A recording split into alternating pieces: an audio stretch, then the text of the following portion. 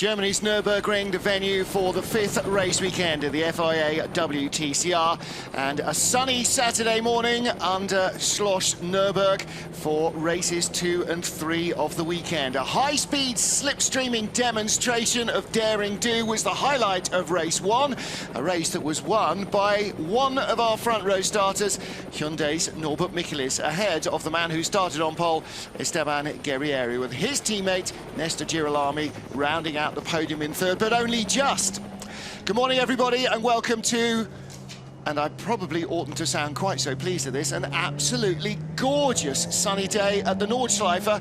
And yes, the forecast is that it will remain dry, not just for the touring car races, but also for the Nürburgring 24 hours that follows. Almost unbelievable. I'm Martin Haven, down in the pit lane, Alex Le Gui.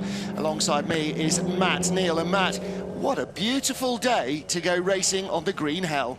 Yeah, it's glorious. Well, we've had all seasons this week. It's you know, from Thursday, Friday, Thursday, it was good but average. Friday was Thursday was terrible. Yep. Friday was great, and today is even better. It's the hottest summer day with 35 degrees forecast by midweek here. Unexpected names at the front of grid. Johan Kristoffersson, his first pole from Antti Burri, the wild card. Attila Tashi ahead of Fredrik Vervisch. Then Gabriele Tarquini and Norbert Michelis. There's been a little bit of a change on the grid. A 10-spot grid penalty for the car that should have started in 5th place. Mehdi Banani, for speeding through a slow zone during qualifying, has dropped him down to 15th spot. So everybody ahead of him has moved up the order one place. Jean-Carl Vernet in 14th as a result then, but his teammate Gordon Shedden also picking up a 5-spot grid penalty after race 1, and that was for contact with Daniel Hegloff in the PWR Seat, so he drops down 5 spots and will start in 21st position behind a phalanx of Sign Racing Lincoln Co cars, all 4 from 15th on down. 16th on down, I beg your pardon, out of the points as they start. They qualified okay for first qualifying in race 1. They did not do well for race 2. There's Gordon Shedden down in 21st, and behind him, cars that failed to significantly make an impression in qualifying.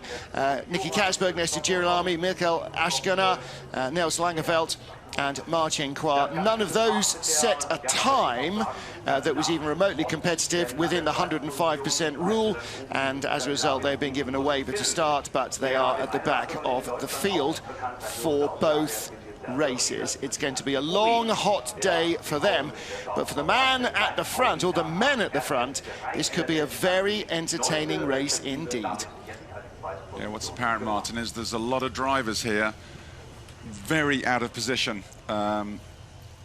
Championship protagonist Girolami near the back of the grid, and he was super fast yesterday, so I think we're going to see some action today.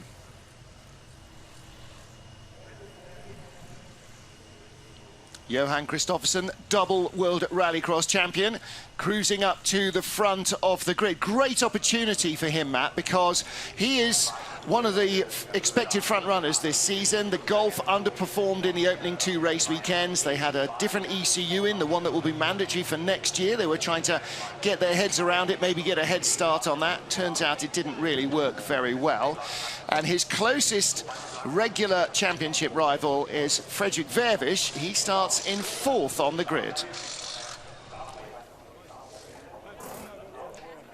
Hi guys, welcome to my cockpit of the RS3 LMS. For me it's obviously a very busy weekend. I'm doing the 24 hours with Phoenix Racing with my Audi R8 GT3, and then I do the FIA WTCR. So far all is going well. Yesterday we started P4 in TCR and finished P5. We had some issues with the car, but all by all a good result. And then from race 1 I had to run to the Q30, so the top 30 qualifying for the 24 hours, and we could qualify P4, so I'm really happy with how the weekend is going. Maybe you guys saw I had a big crash in qualifying. Luckily my guys could repair the car. My back is getting better, and I'm ready for this race. We start P4, and hopefully we have a stronger car, a stronger package, and we can chase a podium. So I hope you all support me. And yeah, let's hope we can survive. It's very important. So see you guys later, and fingers crossed. Bye. Good stuff from Fred, as he says. He's one of 4 drivers who's got a really busy weekend. One of 5 drivers doing the N24. Him, Augusto Farfus, Tiago Monteiro, Tom Coronel and Nicky Katzberg, all racing in the 24-hour race that starts at 3:30 this afternoon. But before that, races 2 and 3 of the WTCR. 5 seconds. Da dürfen wir, glaube ich, keinen Fahrer mal fragen, ob das wirklich leicht war, wenn man über die Nordschleife treibt. Now I am down on the grid with an absolute legend, 13 times Dakar winner, Stefan Peter-Hansel, down on the World Touring Car grid. Now you've done Dakar plenty of times. Surely it's time for you to get behind the wheel of one of these. Yeah, you know, for me it's a good experience. I had never been in Nürburgring. And today we will have a chance to see the race, but also a chance to do a lap with a racing Dakar car, with a Mini. So it will be incredible to go with a Dakar car on the main circuit of Nürburgring. So You've never done a lap around here, have you, before? no, I know that it's really a complicated circuit, really not easy to know all the corner, but we will do really slowly just to show our car to the public. Yeah. Have you done any preparation before? Because there are a lot of corners out there. Yeah, we did no preparation at all. For example, my son did a lot of laps here, but me never. But I am a driver who is a good improvisation. I hope that everything will be okay. Yeah, I think you're quite used to it. What advice did your son give you? He said to me, try to check with a video before. Yeah. And did you? Inboard video. No, I don't try to find a video. But no, it's just for fun, just to show the car. And I'm really impressed about the car here because it's really a nice car. And also I saw the race yesterday, it was really interesting. Great, have a great lap. Thank you. I guess the good news for Stefan Peter-Hansel is if he does go off onto the grass, at least he's got a car that will deal with it better than your average race car. But yeah, it's an entertaining place to drive for the very first time because there are so many bits, Matt, where you're going along at a relatively decent speed and then suddenly it gets really tight and twisty. And that transition so often between really high speed, especially in a racing car, and really low speed is one of the key areas here on this track. Yeah, well, I mean, he described himself as Mr. Improvision. I think that's a slight understatement. Yeah, exactly. A slight understatement, wasn't it? Yeah, if anyone's going to react. But these guys, I mean, it is, you know, the amount of corners and length of this and the commitment you need around here. And these guys they're still looking for tenths and hundreds of a second. You know, there's minute margins separating. We're just looking at Rob Huff here. He provided us with one of the spectacles of the year with the slipstreaming of the Golf and using the double slipstream yesterday, and he wrangled a podium out of nowhere, didn't he? So he's... Yeah, he was saying in the double slipstream, when he came by the battle for third, his car gained 15 kilometres an hour in terms of top speed. Now, to do that, that's like another gear. It's almost like changing up another gear. You need at least another 50 horsepower. Because bear in mind, their top speed here isn't 100 miles an hour. Their top speed here is nearly 160 miles an hour. To add 15 miles an hour to that is an enormous speed differential. That's why he came by them like they were standing still. But what great slipstreaming racing we had. Conditions were perfect, couldn't have been better. Esteban Guerrieri and Norbert Mikulits were long gone. And then we had a two-way and then a three-way and then a two-way battle for third place. And Rob just lost out, got slipstreamed by Nesta Girolami at the end.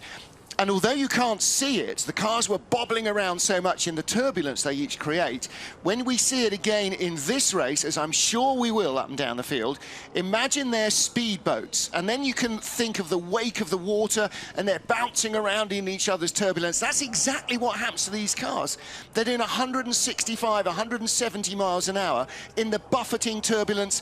When they get close, the cars actually get sucked together by the airstream between them.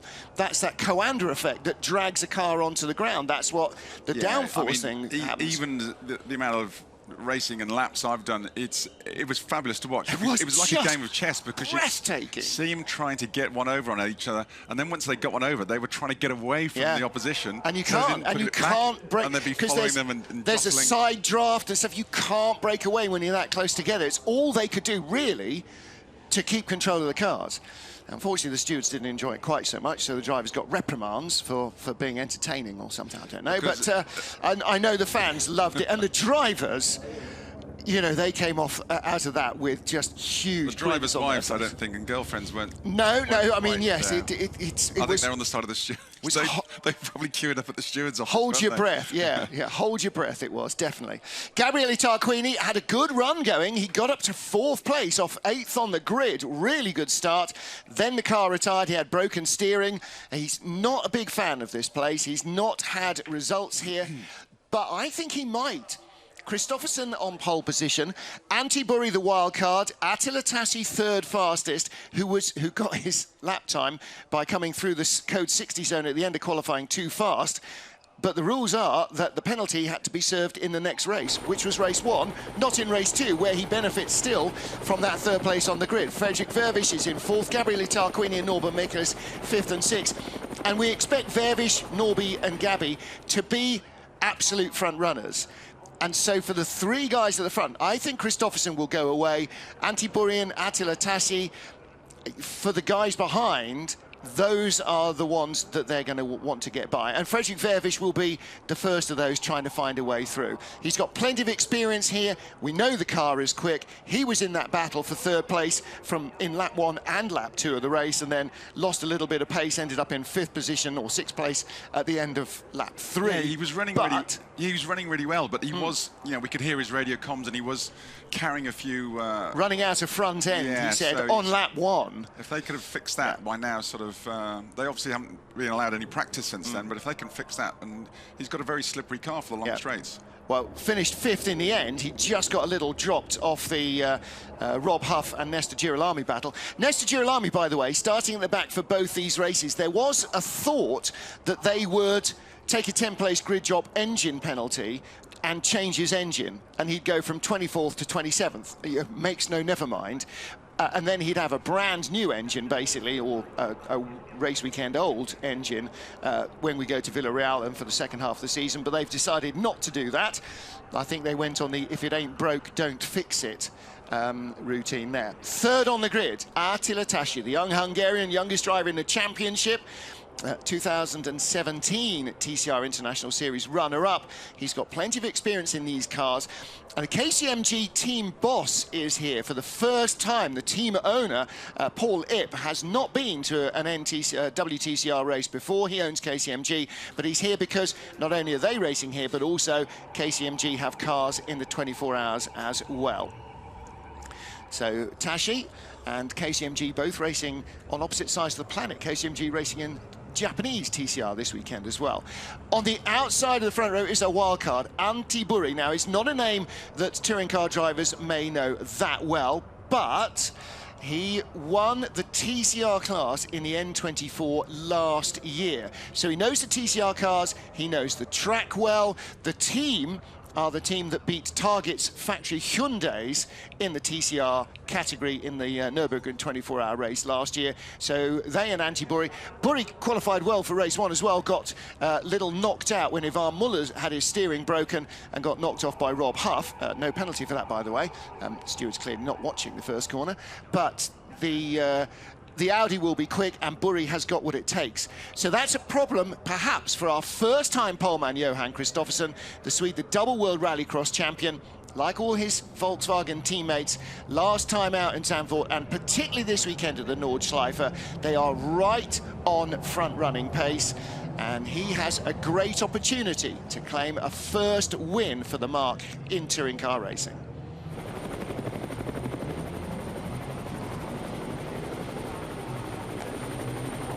Cars heading out around the full Grand Prix circuit before we start our second race of the weekend here at the Nürburgring. Johan Kristoffersson on pole position from Antti, an all-Scandinavian front row. Hungary's Attila Tashi ahead of Belgium's Frederik Vervisch, then Gabriele Tarquini and teammate Norbert Michels. Esteban Guerrieri, the points leader ahead of Rob Huff, Benny Loister and Augusto Farfus. An all-yellow row 6, Panis ahead of Coronel.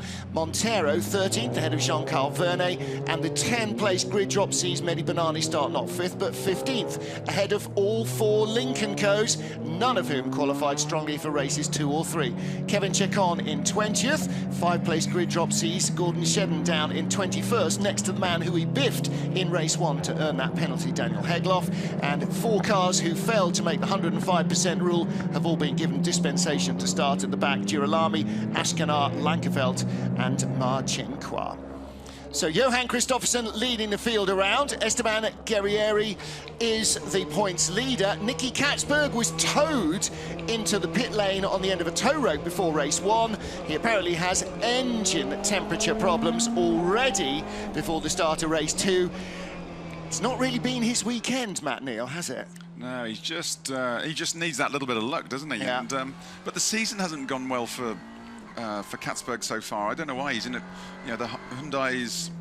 Well, Michelin's won race 1, didn't he? Pulled the rabbit out the hat, and you know, and Tarquini's still up there. So it's. Well, he and teammate Farfus were in the top 10, weren't they? They're firmly in the top 10. They both got ahead of Johan Kristoffersson during the race. So there is pace in those Lukoil Hyundais as well. And the team lies 4th or 5th in the championship. Because they run as 2 pairs rather than four of the same team. Exactly. Now, whether obviously Katzberg and Farfus are new back to the championship, new to TCR, front-wheel drive, so there could be some acclimatisation. The championship is ferociously competitive at the moment, and they are looking for small margins. So, you know, Tarquini and Michelitz are very up to speed in this category now. So it's not a small ask coming back in. Yeah, absolutely right.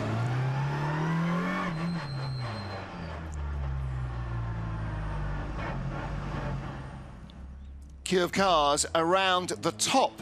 The final corner of the Nürburgring Grand Prix circuit, around the pit lane on the right-hand side, looking down at the Nürburgring and the forest that surrounds the Nordschleife, which zigzags its way around 25 kilometers of the volcanic mountain range here in the Eifel Mountains. Ready for races 2 and 3 of the WTCR weekend. First race won by Norbert Michels for Hyundai, with the Munich Motorsport Hondas in 2nd and 3rd, Esteban Guerrieri and Nestor Girolami. Guerrieri starts this race in 7th, Michels in 6th, and Girolami in 24th. He will drop further away from the championship lead. So too possibly might Ted Björk, who's third in standings, but only starts 18th for both races. So for Guerrieri and Michels, 1st and 2nd in the championship, these 2 races are absolute must-score opportunities. It is an open goal against the 3rd and 4th place men in the championship. And for Guerrieri and for Norby, you must survive these and get good points.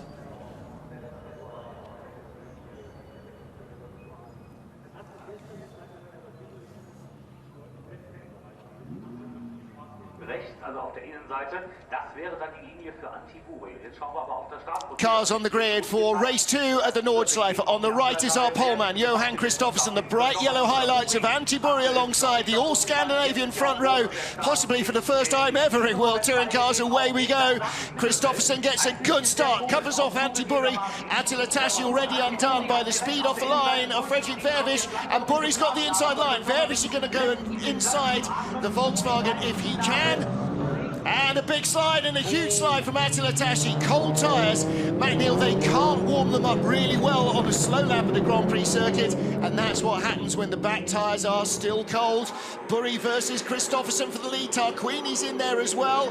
This could all get very messy before they get to the Nordschleife. Vervisch trying to go all the way around the outside. He sees an opportunity.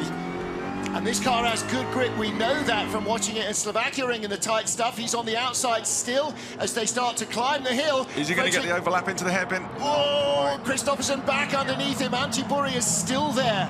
4th place is Tarquini. 5th place is that Rob Huff in the Golf. I think it might be. Fredrik Vervish in 2nd. It almost looked like he was going to lead out to the Nordschleifer. They're not there yet, though. It is Huff up into 5th, Attila Tashi down to 6th position, 7th is Mikulis, 8th is Guerrieri, 9th is either Panis or Coronel, one of the yellow Cupras, so that's a blinding start. Antiburi in 3rd, Tarquini's got a little run around the outside, he's not going to get through there, and any moment now, Matt, they're going to turn left into, well, it's normally known as the green hell because it's normally damp and misty. You can see Tarquini's in a hurry, you can see the lead 2 getting away, he wants to get past Burry and get on with it. Well, this is a chance for Tarquini to revive his championship down the inside. No, doesn't get there. Antiburi desperately late on the brakes into the Vidal chicane. And as they come out of here, they're going to turn left. Gravel being spewed up for everybody else. And they swoop out onto the Hatzenbach and into 20 kilometres of high-speed roller coaster racing. The other thing that Tarquini will be able to see, you'll be able to see Huff very large in his mirrors, so he wants to get away from him. If he can sort of get in front of Burry, then he can sort of get a bit of air and sort of concentrate on looking forward. Yeah, Rob Huff, he knows from race 1 is going to be really tough to get away from. Kristoffersson and Vervish. Now, can Vervish turn this race weekend around for himself? 5th place from 3rd early on in race 1. He's 2nd in race 2 early on. But Johan Kristoffersson, somehow the Audi has got to cling on to the back of that Golf until they get to Dottingerhöhe, and that's where the balance of power will flip back, perhaps. Vervish, all he's got to do is try and hang on to the back of that VW for this lap, just shadow him before we get to Dottingerhöhe, then aerodynamics should come his way. Well, let's hear from Ted Björk. Yeah, Jan is ahead of me, but in front of Verne, just so you know. Okay, copy that. I think Jan made contact, so his car looks a little bit unsettled. Let's see how it goes. Well, Ted Björk in 16th. Jean-Carl Verne holds the final point at the moment, but he's right. Jan Ellerche made a good start. He got up to 13th place ahead of Thiago Monteiro in 14th. And there is the battle from Antiburi back. Which of the yellow cars made a good start? It was Aurelien Panis. He got up to 9th place. Tom Coronel in 12th. There's Coronel in front of us as we ride with Jan Ellerche. Now, this Lincoln Co car is long and wide, it's stable, but it looks a handful here. Let's take a look again at the start. Not the greatest getaway from Antiburi, good from Fredrik Vervish, and Kristoffersson tries to cover off the Audi, forces him into the pit exit lane. Almost a mirror of race 1, wasn't it? Where the inside you're saying, which is the dirty part of the track, and... Oh, Kristoffersson got a little touch from Antiburi. And that's why he was sideways. Yeah, he was trying to close the door, and they both survived, and that's the key thing there. So no harm, no foul, surely. And Attila Tashi, the rear let go on cold tyres. The youngster's still clearly not as adept at getting the heat in that he needs to. There on the right-hand side is Jean-Carl Verne. So this is the run down the inside with Jan Ellerche. And with Fredrik Vervish gaining ground on the front row men. But where do you go? The long way round the outside is fraught with danger, and it's going to make you slow. So you want to try and hog the inside, don't you? Well, Kristoffersson, he was lucky to get away with that. Burry, he could have got a lot harder into him. Yeah. Vervish waiting for the opportunity here to see if one will slip up. Oh, Antiburi just getting a little rub there from Rob Huff. That means Tarquini's gone through as well. Slipstreams alongside. Yes, Tarquini has gone through. Attila Tashi comes up behind him as well. Attila Tashi getting a little too fast there. This is down into Metzgersfeld, isn't it? Oh, Tashi in real trouble. Up comes Norby and Esteban Guerrieri with the white roof and the red highlights also trying to get through. That just shows how quickly you can go from the attacker to the defender and be shuffled out. Because so many corners link together, and if you're wrong on one, you're going to be wrong in the next 5 or 6 or 7, aren't you? Martin, there's some very fast, long sections after the tight and twisty technical parts, and you just get a slight hiccup in your momentum coming out of those, and it costs you a long way down the straight. Steaming on down the hill with Esteban Guerrieri. The problem for Guerrieri behind him is he's got Panis. Through goes Gabriele Tarquini. And that's out of Metzgersfeld as we start the long climb up the hill. So Tassi maybe not getting that downhill approach right into that compression, and then losing out to Tarquini, who slipstreamed by him. A little bit like Eau Rouge, it's what goes on going down that decides what happens coming up. Here comes Benny Loister. Look at the red, yellow and black on the roof of his Golf. He was right behind Aurelian Panis. That's Panis in front of us. We ride with the German in his Golf. So this is the battle for 9th place. On the way up to the carousel now. It's been interesting now. Tarquini's got some fresh air in front of me. Michelitz showed the pace in that Hyundai in race 1. It'll be interesting to see whether he can close the gap up on Verfish and Christophersen. Great view there of Loister dropping into the carousel, looking back at Nicky Katzberg. And Katzberg is in 21st place. So this is looking back from Mikel Ascona, is it? Katzberg right behind. No, that's Ascona behind him. So slips up the inside. Oh no, he didn't. Oh no, he didn't. He's going to get done. That here just comes shows Ascona. Yeah, Ascona, where he was saying at the beginning of the weekend, I just want to keep the car in one place. This is on board with Kevin Chekon in the Alpha. Ascona, Katzberg going around the outside. Ascona's never been here before in his life. Nicky Katzberg has plenty of experience here, so he knows where he can really push it there as they sweep through Wipperman and down through Brunchen. I was just thinking this weekend has been more side-by-side overtaking action than we've ever seen in Well, WTCR. the Stewart will stop all that happening. Here's Antibury. Antibury in 5th position. Drift out very wide. And right behind him is Augusto Farfus again. Gusto has got lots of experience on this track in that number 8 Lukoil car. He's racing in the 24 hours. He's a former winner of the 24 hours. And so he's got a lot of time on this track. Antibury does as well. But Augusto Farfus really all over the back of him for 5th position. Johan Christophersen, still our race leader.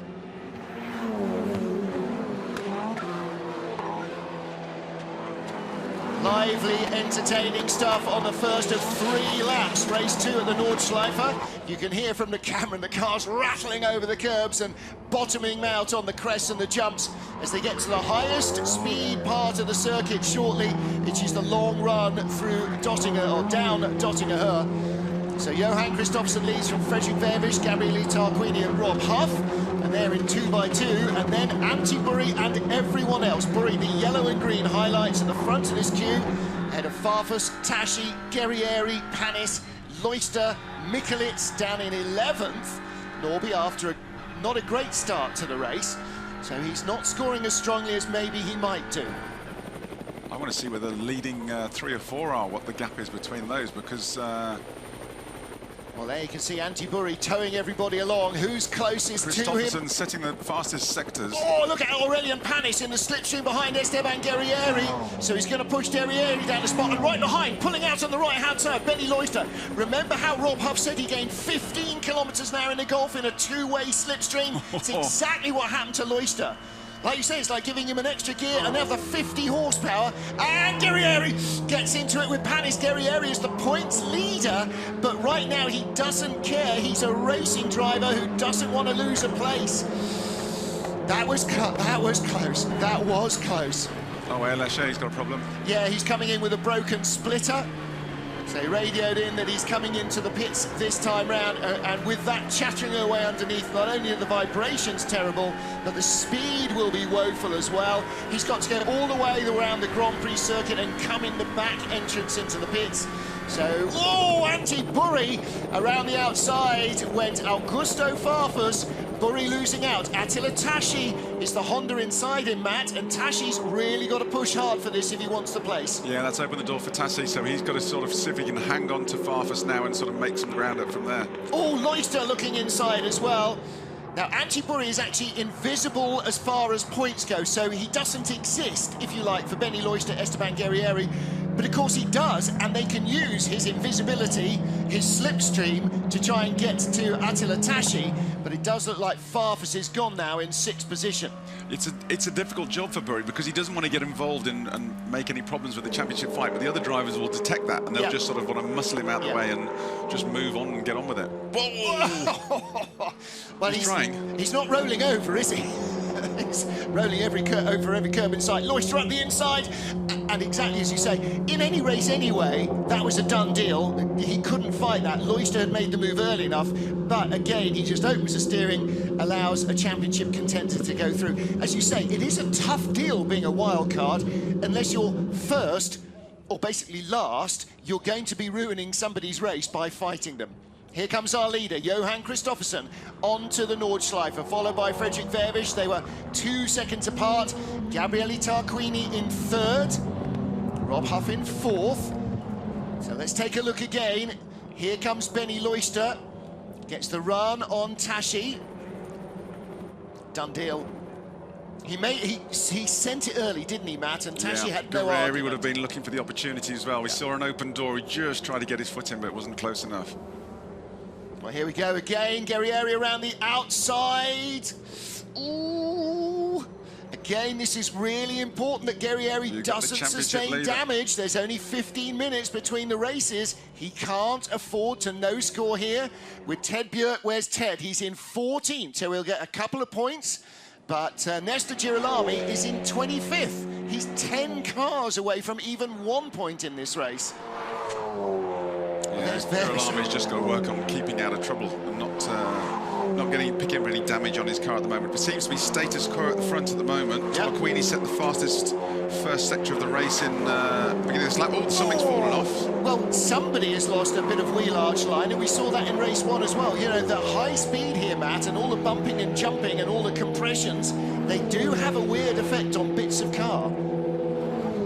Guerrieri's splitter is dragging on the right front corner. That's going to cost him. So maybe that was something that came off his car. He may have run over a big curb. There are lots of high curbs here. That's really going to compromise him when he gets... onto Dottinger. Well, and even on some of the longer parts. Well, there's a wheel arch liner coming off. That's a very important aerodynamic part. It's obviously not to stop the wheel arch rusting, as it would be on your road car. To surmise that'd be like putting your head out the window at 80 miles an hour and opening your mouth. 180 miles an hour, yes, absolutely. It's a proper wide-mouthed frog in the front of Air Lachey's car. Well, the Lincoln Co mechanics working hard to sort that out. Let's see whose car it is. It's a wheel arch liner from Guerrieri's car. So with that splitter chattering away, it disturbs the airflow through the wheel arch. Well, is it a wheel arch liner or is it part of the splitter? Well, possibly part of the splitter or he didn't hit anything. That's literally as the car's come down. But he's possibly already dislodged that splitter by riding. I mean, look how high the curbs are. You know, you hit a lot of them a lot of times on a lap. We've seen a lot of splitter damage. These guys are taking every bit of the track and some. We see a lot of splitter damage in a lot of cars in all the races here. Looking back at Tom Coronel from Norbert Mikulich. Norby in 11th, Tom in 12th. Coronel again, a long time 24-hour exponent. He likes this track, he knows it well. Again, looking at the front, Johan Kristoffersson. This is like race 1. Norby got away by 2 seconds at the end of lap 1. And he couldn't be caught. You can almost hear the engine labour as you come out of Metzgerfeld, as you start the big uphill drag. Getting a good exit there is super, super critical. It's a long draft. You're going to be in 6th gear for a long time going up this hill. The onboard shows that it's steep. If you were walking up it, oh boy, or cycling up it, oh boy, that's a big, big wall. They do a 24-hour cycle race around here. They do, I know. They're mad, properly mad. Here's the battle for 3rd. Tarquini has been caught by Huff, and actually up the hill in the slipstream. Again, like when you come out of Eau Rouge, you hoover up the car in front. It helps your engine effectively, quote, produce more power by having to push through less resistant air. The turbulent air behind is less solid, if you like, than laminar airflow in clean air. Here comes Huff, still closing. That VW is very strong on this middle technical section, isn't it? You can see by the sector times. So he had to wave over the brakes there to stop running into the back of Tarquini as well. Gabriele was flat out. Rob had a little rub on the brake pedal to stop running into the back of the Hyundai. This is the battle for 3rd place, coming up towards the carousel. Rob Huff in the Golf, chasing down Gabriele Tarquini. 2008 versus 2012 World Touring Car Champions, dropping into and out of the carousel. That's the battle for 3rd. 5th place is Augusto Farfus. Looking back from Norbert Mikulits at Tom Coronel. Oh yes, so right, yeah. he's been passed by Aurelian Panis, and Coronel is closing. This is Ted Björk looking ahead at Jean-Carl Vernet. Björk in the points in 14th, is the top Lincoln Co-car and the only points-scoring Lincoln Co-car. Erlache's in the pits, Muller's 18th, Prio 22nd. There's our race leader, Johan Kristoffersen, leading comfortably now from Fredrik Vervisch in second place. This is very good points for Vervisch. Tarquini, is he going to end up breaking his jinx here with a podium? Towards the end of lap 2 of the Nordschleife, he's in third place. But Rob Huff, having been shuffled back in the slipstream to 4th on the last lap of race 1, will not want to let this opportunity escape him. Past Marshall's post 166 of 240 on this track. That's how long it is. That's how busy it is. Matt, think of the manpower just to man the Marshall posts. Not for a short race, but for 24 hours. Yeah, astonishing. And it's not just one race they have around here, but the VLN series, the long distance series. I mean, it's a phenomenal undertaking. Well, it's a really busy racetrack. They have historic racing, they have modern racing, club racing, all sorts of stuff. This track is used basically 24/7, 365. Car testing, road car testing, race car testing, public driving. You can drive this in your own road car with no speed limit. Pay your money, the barrier opens, and you're on to Dottingerhø, and the world is your oyster. €13 and you're yes. away. Mate, what a great drive. Just remember, you're going to try and drive the car home as well. Antipuri just out very wide from the mini carousel. He's in a world of pain there. He's got to get back on the grey. Through goes Panis, through goes Norby, and he cuts off Tom Coronel, but he's going to be slow as he comes out of Galgenkopf onto Dottingerhø. Now, look at Huff. Here comes Huff. Look at him building up speed in the slipstream. It's also slowing down Tarquini's car gradually, because Huff is creating more drag on the back of Tarquini's car, and he pulls out very wide, so he doesn't give away a side slipstream, but he's going to try and pick up a side toe from that right rear wheel. The buffeting he's doing to the back of Tarquini's car. Just again, imagine their speedboats. Imagine that wake. Speedboats doing 100 miles an hour, or cars doing 165 miles an hour, create an enormous turbulent wake, and Huff buffeting around in there, and Tarquini as well being buffeted around, because Huff is changing the pressure on each side of the car as he gets into that slipstream. Yeah, Huff trying a little bit of a different tactic there, but it didn't seem to work for him. He got a good draft up. Sizing him up perhaps for a last lap go. Looking back at Andy Prio, this is Kevin Chekon, who's been passed by Daniel Hegloff. So Chekon, slow. This is a fairly short, bluff car, the Alpha, and he's been caught and passed left, right, and centre down the straight. Not slow and straight to line, though. I mean, he was not on the shorter straights. Aurelian Panis and Norbert Mikulits with Antipuri. Norby second in the championship. Coronel going all the way around the outside. Yeah, Tom gets a really good run on Antipuri, who just couldn't get on the gas because he was stuck up behind Norby. And Aurelian Panis 9th, Norbert Mikulits 10th, Tom Coronel 11th. And there goes Ted Björk around the outside of Nicky Katzberg. That's a good pass. That's a busy old... in fact, that's a good defence. Busy old group you got there, isn't it? All scratching for the minor points, but the important ones. Björk's been passed by Jean-Carl Vernet and now by Katzberg. So it wasn't Björk going past Katzberg, it was him getting back past Katzberg. There's the Hyundai, finished in the top 10 firmly yesterday. Farfus and Katzberg, they were nose to tail. What were they, 7th and 8th, I think, or 8th and 9th? Considering Katzberg started 23rd place, I mean, he's made amazing progress. Yeah, hasn't he, though? Well, again, you know, both those Lukoil cars were very quick yesterday. He's up now behind Jean-Carl Vernet. Don't forget, Antipuri is invisible, so effectively Coronel is going to get points for 11th, even though Burri is in 11th place. Out onto the Nordschleife at the final time. Johan Kristoffersen was 3.2 ahead of Fredrik Vervisch at the line, so a second gained on the last lap. There's Farfus on his own, car number 8, ahead of Attila Tashi and Benny Loister. And Loister's going to have to work hard to close in on Tashi to try and pick up another spot before the end of the race. Burri with Vernet right behind. There's the car of Katzberg, the pale blue and red car. Then the bright blue car, that's Ted Björk.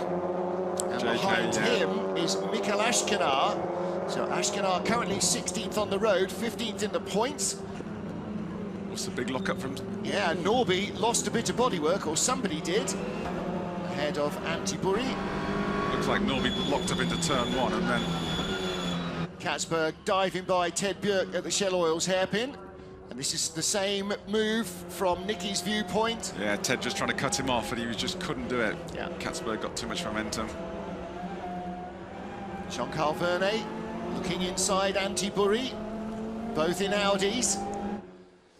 So Kristoffersen leads from Vervish, and then Tarquini and Huff just 4 tenths apart.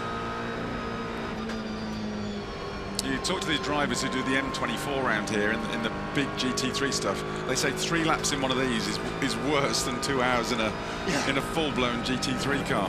Which seems unlikely, but with ABS and traction control and the downforce they have, it is the case. Jean-Carl Vernet dives up the inside of Antiburi. That's a change for 12th position. So Nicky Katzberg looking to go by the Finn as well. Don't forget, Antiburi starting on the outside of the front row of the grid.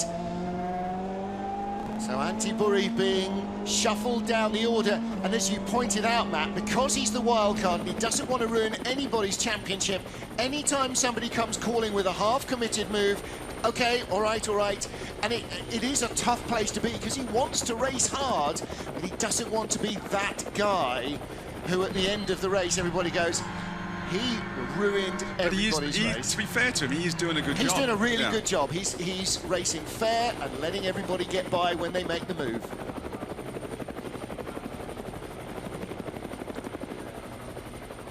Antiburi ahead of Nicky Katzberg.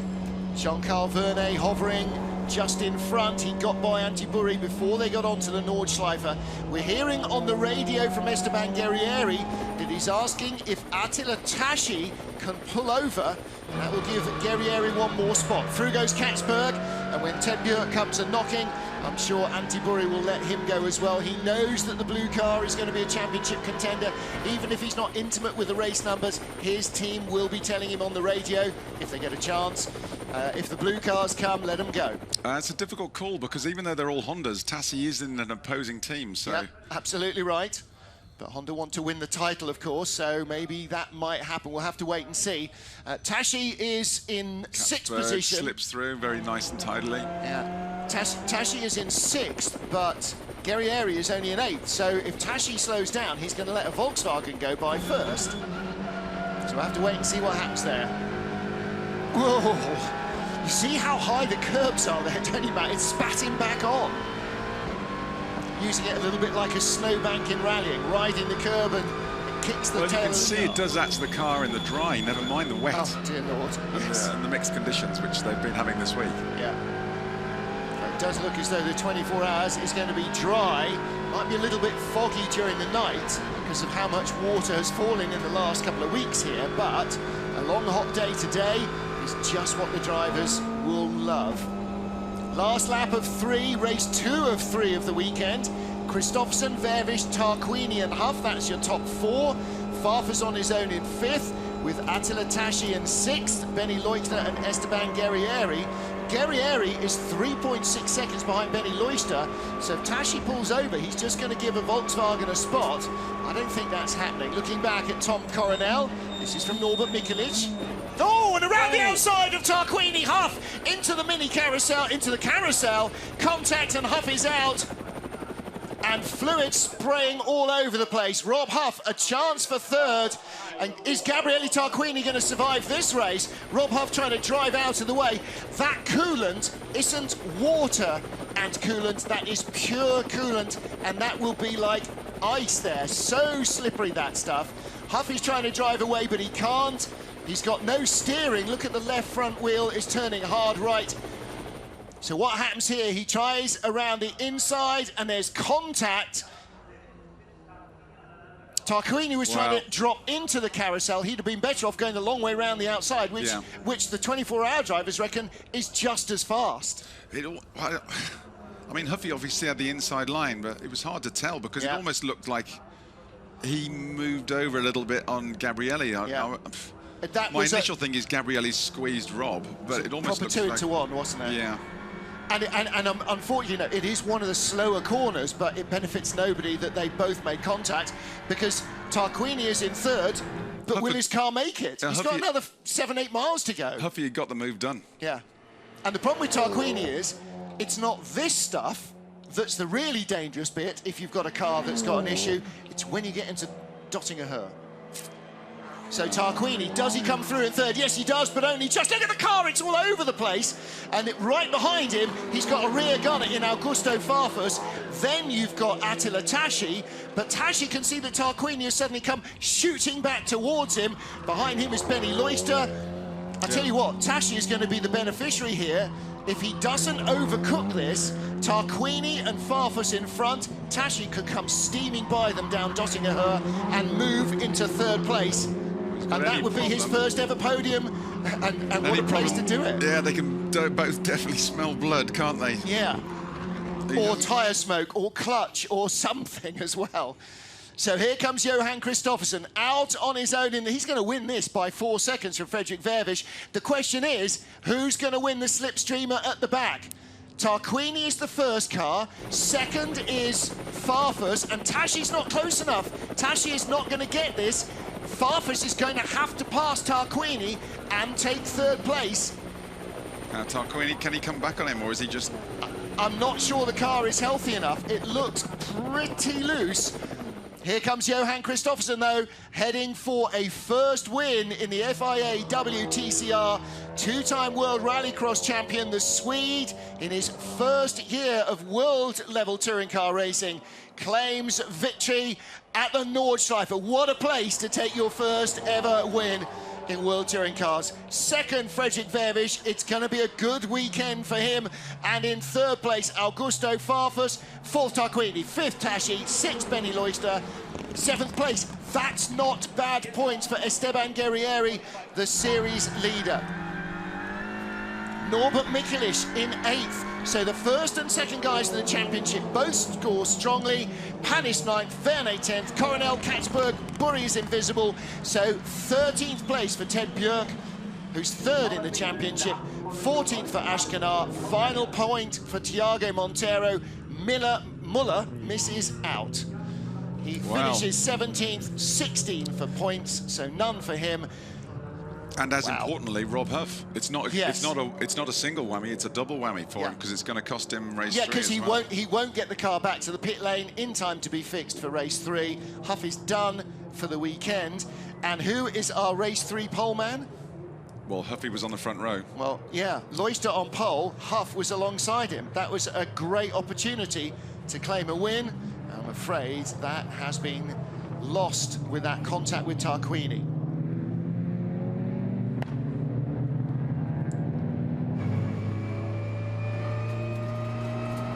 Fredrik Vervisch, second place from fourth on the grid. Yesterday he finished fourth. No, fifth, didn't he? It's a solid weekend for Fred so far. Fifth and second, and he's still got one more race to go. And he'll be starting seventh on the grid, except there won't be Huff in front of him, so there'll be a gap. So there'll only be 6 cars in front of him. No, 5 cars in front of him. I was right the first time. So another great opportunity for points. And the Audi races well, it's slippery. Yeah, and he knows the track well. I'm disappointed he couldn't put on Kristoffersson, but I suppose if a multiple rallycross champion is going to do it well anywhere, I guess it's going to be the Nordschleife, isn't it? And in the mixed conditions, Kristoffersson was an absolute superstar.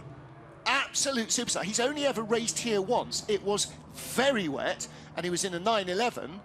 But all the same, he was most impressive in a way.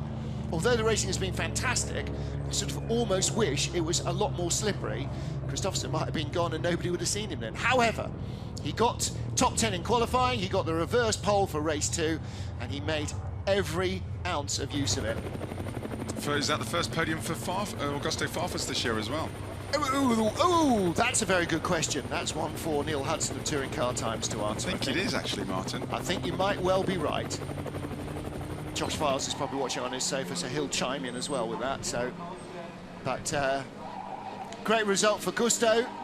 And that will put him in a very good frame of mind for race 3, where he will start. He's back in 11th for race 3. Yeah. With 10th with Huffy out. Yeah. So.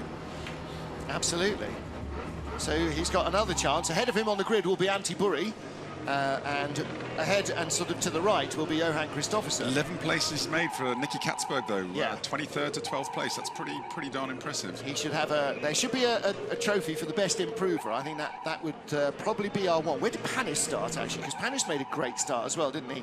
12th on the grid. Now, he started 11th and ended up, okay, 9th, but yeah, I think Katzberg, well, again, Katzberg and Farfus, you know, they were very quick in race 1, both very quick here. Those two Lukoil team cars, really, really fast. So Farfus third, Fredrik Vervisch in second. Come to you, team boss, watching on there in the white shirt with the blue panels. Very happy with that. A pair of happy Belgians. And Johan Kristoffersen.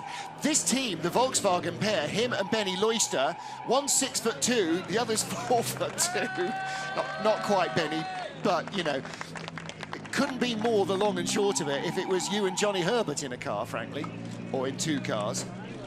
And yet both of them, from such different backgrounds, just really producing the goods this weekend. First win for Johan Kristoffersen. And he's a proper lanky driver. Can't imagine what happened to his junior single-seater career. He grew out of it when he was about 12. Well, lots of high fives. Considering the VWs, they're all dreading coming here with the aerodynamic deficiencies of it and slippiness. They haven't had a bad weekend so far, have they? And for that side of the SLR Racing Garage, those 2 cars, rather than the Huff and Banani side, who have got more experience with their drivers, they've got the 2 new boys in their side of the garage, and this weekend they are really producing well. Incident between Tarquini and Huff under investigation. Well, no surprise, you've got to look at it, you know, but we'll see what happens after that. That will come later on this afternoon, I think. Maybe they'll give all the drivers a reprimand just so they don't miss anyone out. Yes, exactly. Too much entertainment. Yeah, again, you can see, like, Alex isn't short, Fredrik Vervisch isn't short, Johan Kristoffersen is north of 6 foot, definitely. But a really big day for him, big day for Augusto Farfus as well.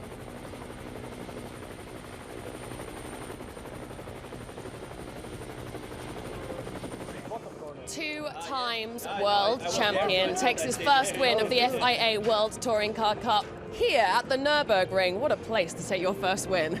Yeah, very nice. I'm super happy. It's I've been looking forward to the track. I haven't been here since 2011, so I was looking forward since a long time and finally got here and had a really clean, nice race. So it was some bits of fighting in the first couple of corners, but all fair, and the car was in one piece. So from there on, the car was just working fantastic.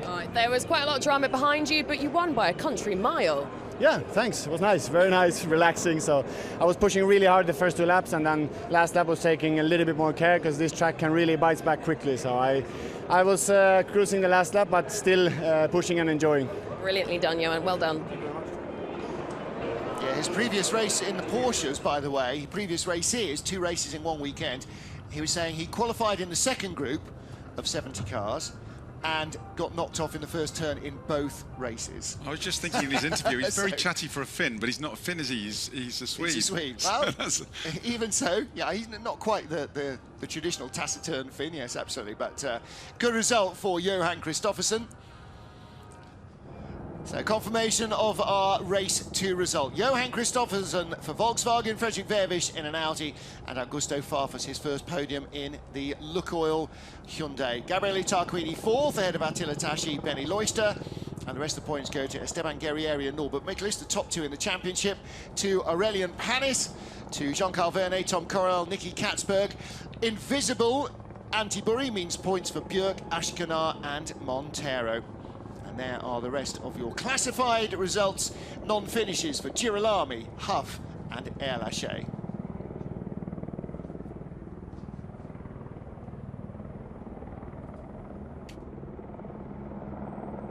Well, the championship sees Esteban Guerrieri maintain his advantage. In fact, he opened it up a fraction over Norbert Mikelic.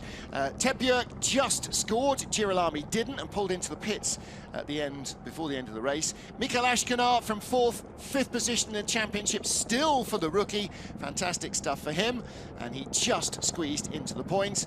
And further back, some of our later scorers, Johan Kristoffersen, Nicky Katzberg, Jean-Carl Verne, Benny Leuchter, Aurelian Panis, starting to claw their way up the slippery pole.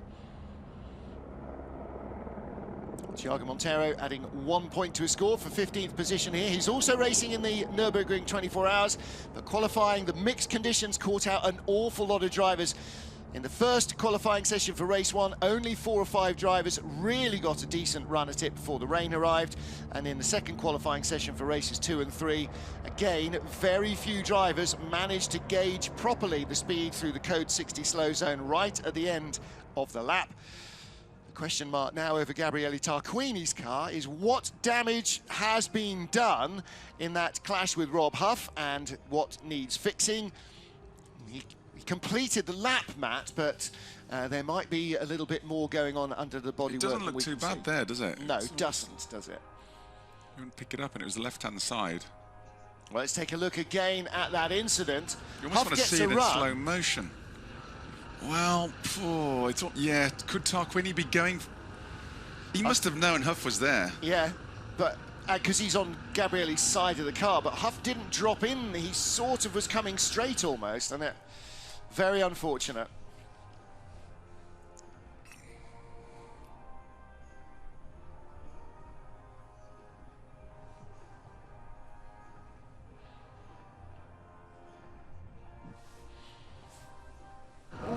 Axel ist noch nicht auf Boden, jetzt ist er auf Boden und der Start ist in diesem Moment freigegeben auf den Sunny Saturday morning, race 2 at the Nordschleife. Poleman Johan Kristoffersen closing off wildcard Antti Burri's bright yellow Audi in the run to the first corner. Burri down the inside, Kristoffersen being brave under braking. A little touch sends him sideways. 4th on the grid, Attila Tashi also sideways. And from behind, Fredrik Vervisch trying to capitalise. He also tried to get by the Audi, and he would be second as they went onto the Nordschleife. Rob Huff queuing up to get by Antti Burri, with Attila Tashi as well, and the wild card when anybody came calling, allowing them to get through. Race at the front saw Kristoffersen and Vervisch clear off. It was all arms and elbows behind as everybody scrabbled for position. Contact on lap 2 at the carousel saw Rob Huff, lap 3 saw Rob Huff depart from the race, but Gabriele Tarquini managed to hold on in 3rd position. His car made it to the line, but he'd been passed by that stage by Augusto Farfus. Huff was out of race 2, will not start race 3. A disastrous weekend. Teammate Johan Kristoffersen claims his first win in WTCR, and it's a good second place for Fredrik Vervisch, with Augusto Farfus passing the hobbled Gabriele Tarquini to claim the final podium spot at the end of race 2 of 3.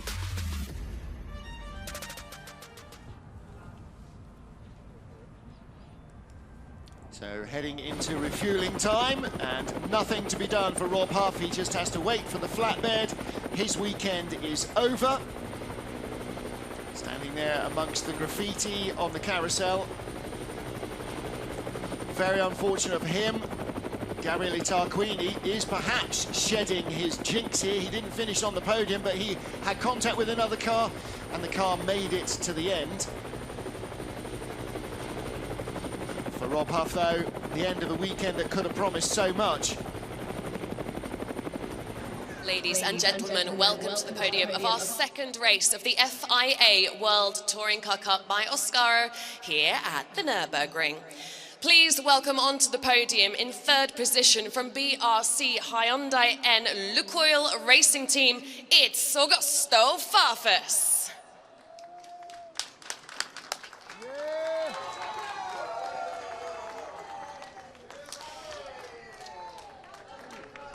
In 2nd position from Come To You Team Audi Sport, it's Fredrik Vervisch.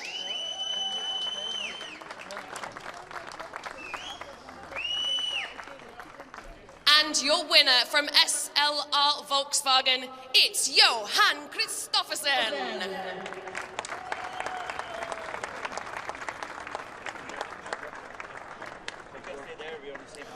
Representing the winning team, SLR Volkswagen, is Richard Brown.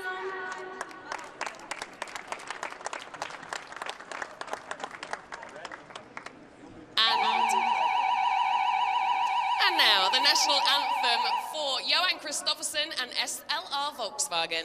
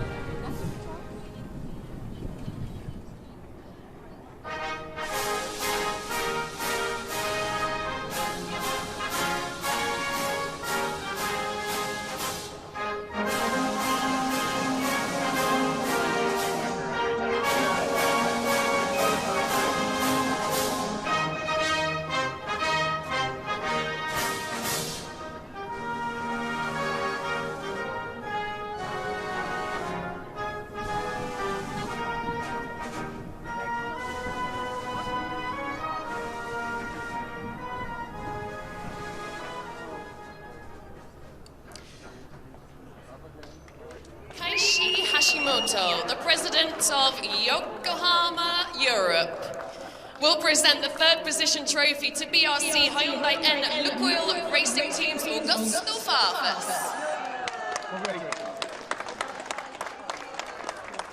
Mirko Hansen, the head of organisation of the 24-hour Nürburgring, will present our second position trophy to come to you Team Audi Sports Frederick Vervisch.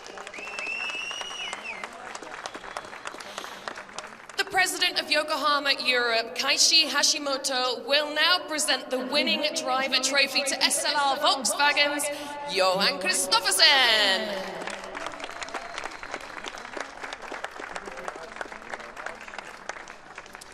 And Mirko Hansen will now present the winning team trophy to SLR Volkswagen's representative, Richard Brown. Now, wait, Johan, wait. Now, please come together for your official photograph.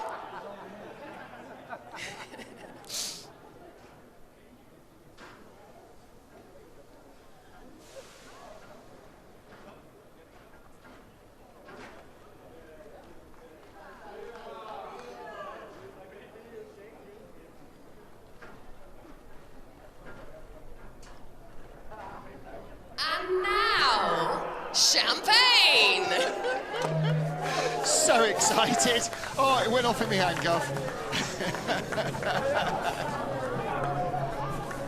Well, they don't want to spray each other too much. They're going to be hitting like in that car very They don't care. You smell like a winner. I don't care. Well, you saw Augusto Farfus' wife Liri and his kids down there as well, just looking very happy with his first podium. And although I've never met her, judging by no drinky poos, judging by the semblance, yeah. What can only be Liri's mum down there as well. So yeah, just a quick swig for Johan Kristoffersen. Oh, it's obviously non-alcoholic. Yeah. So here's Martin Brundle with the interviews. Alex obviously got wind there's a free drink going. Steady now. So we're getting ready then for repair time. Augusto!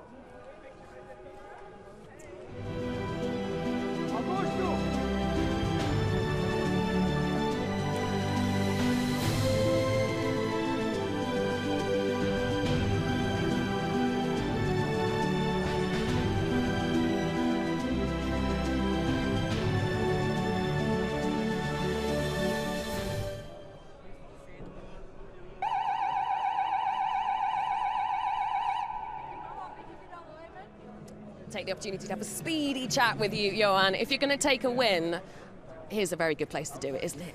Yeah, definitely. It's a cool track, and yeah, it was really, really nice. And to be able to have the Nürburgring, you know, the full Nordschleife for yourself, just looking forward, no cars in front, and just push on with a good car like that is really nice. Tell you what, your car is looking very, very good around here. Yeah, it's really nice, and I think, I mean, we learned a lot also from Benny. He have a lot of experience here, so we learned some bits and tricks for him. So big thanks to him as well. And now he starts on pole. Be good to see how he gets on. You can now run off to repair time, and I'll have another word with Frederik Vervisch. Good to see you back on the podium, Fred. Yeah, great feeling. Yeah. This feels like a victory for me, for us.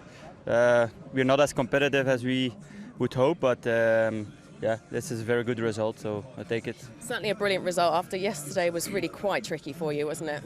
Yeah, we found an issue on the car, so that made us less competitive than we were, so I have to thank the Comp2 guys, they found this. But still, yeah, second is a very good result.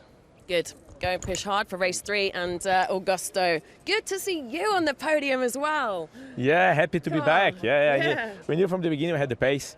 Last few races we just picking up more and more pace.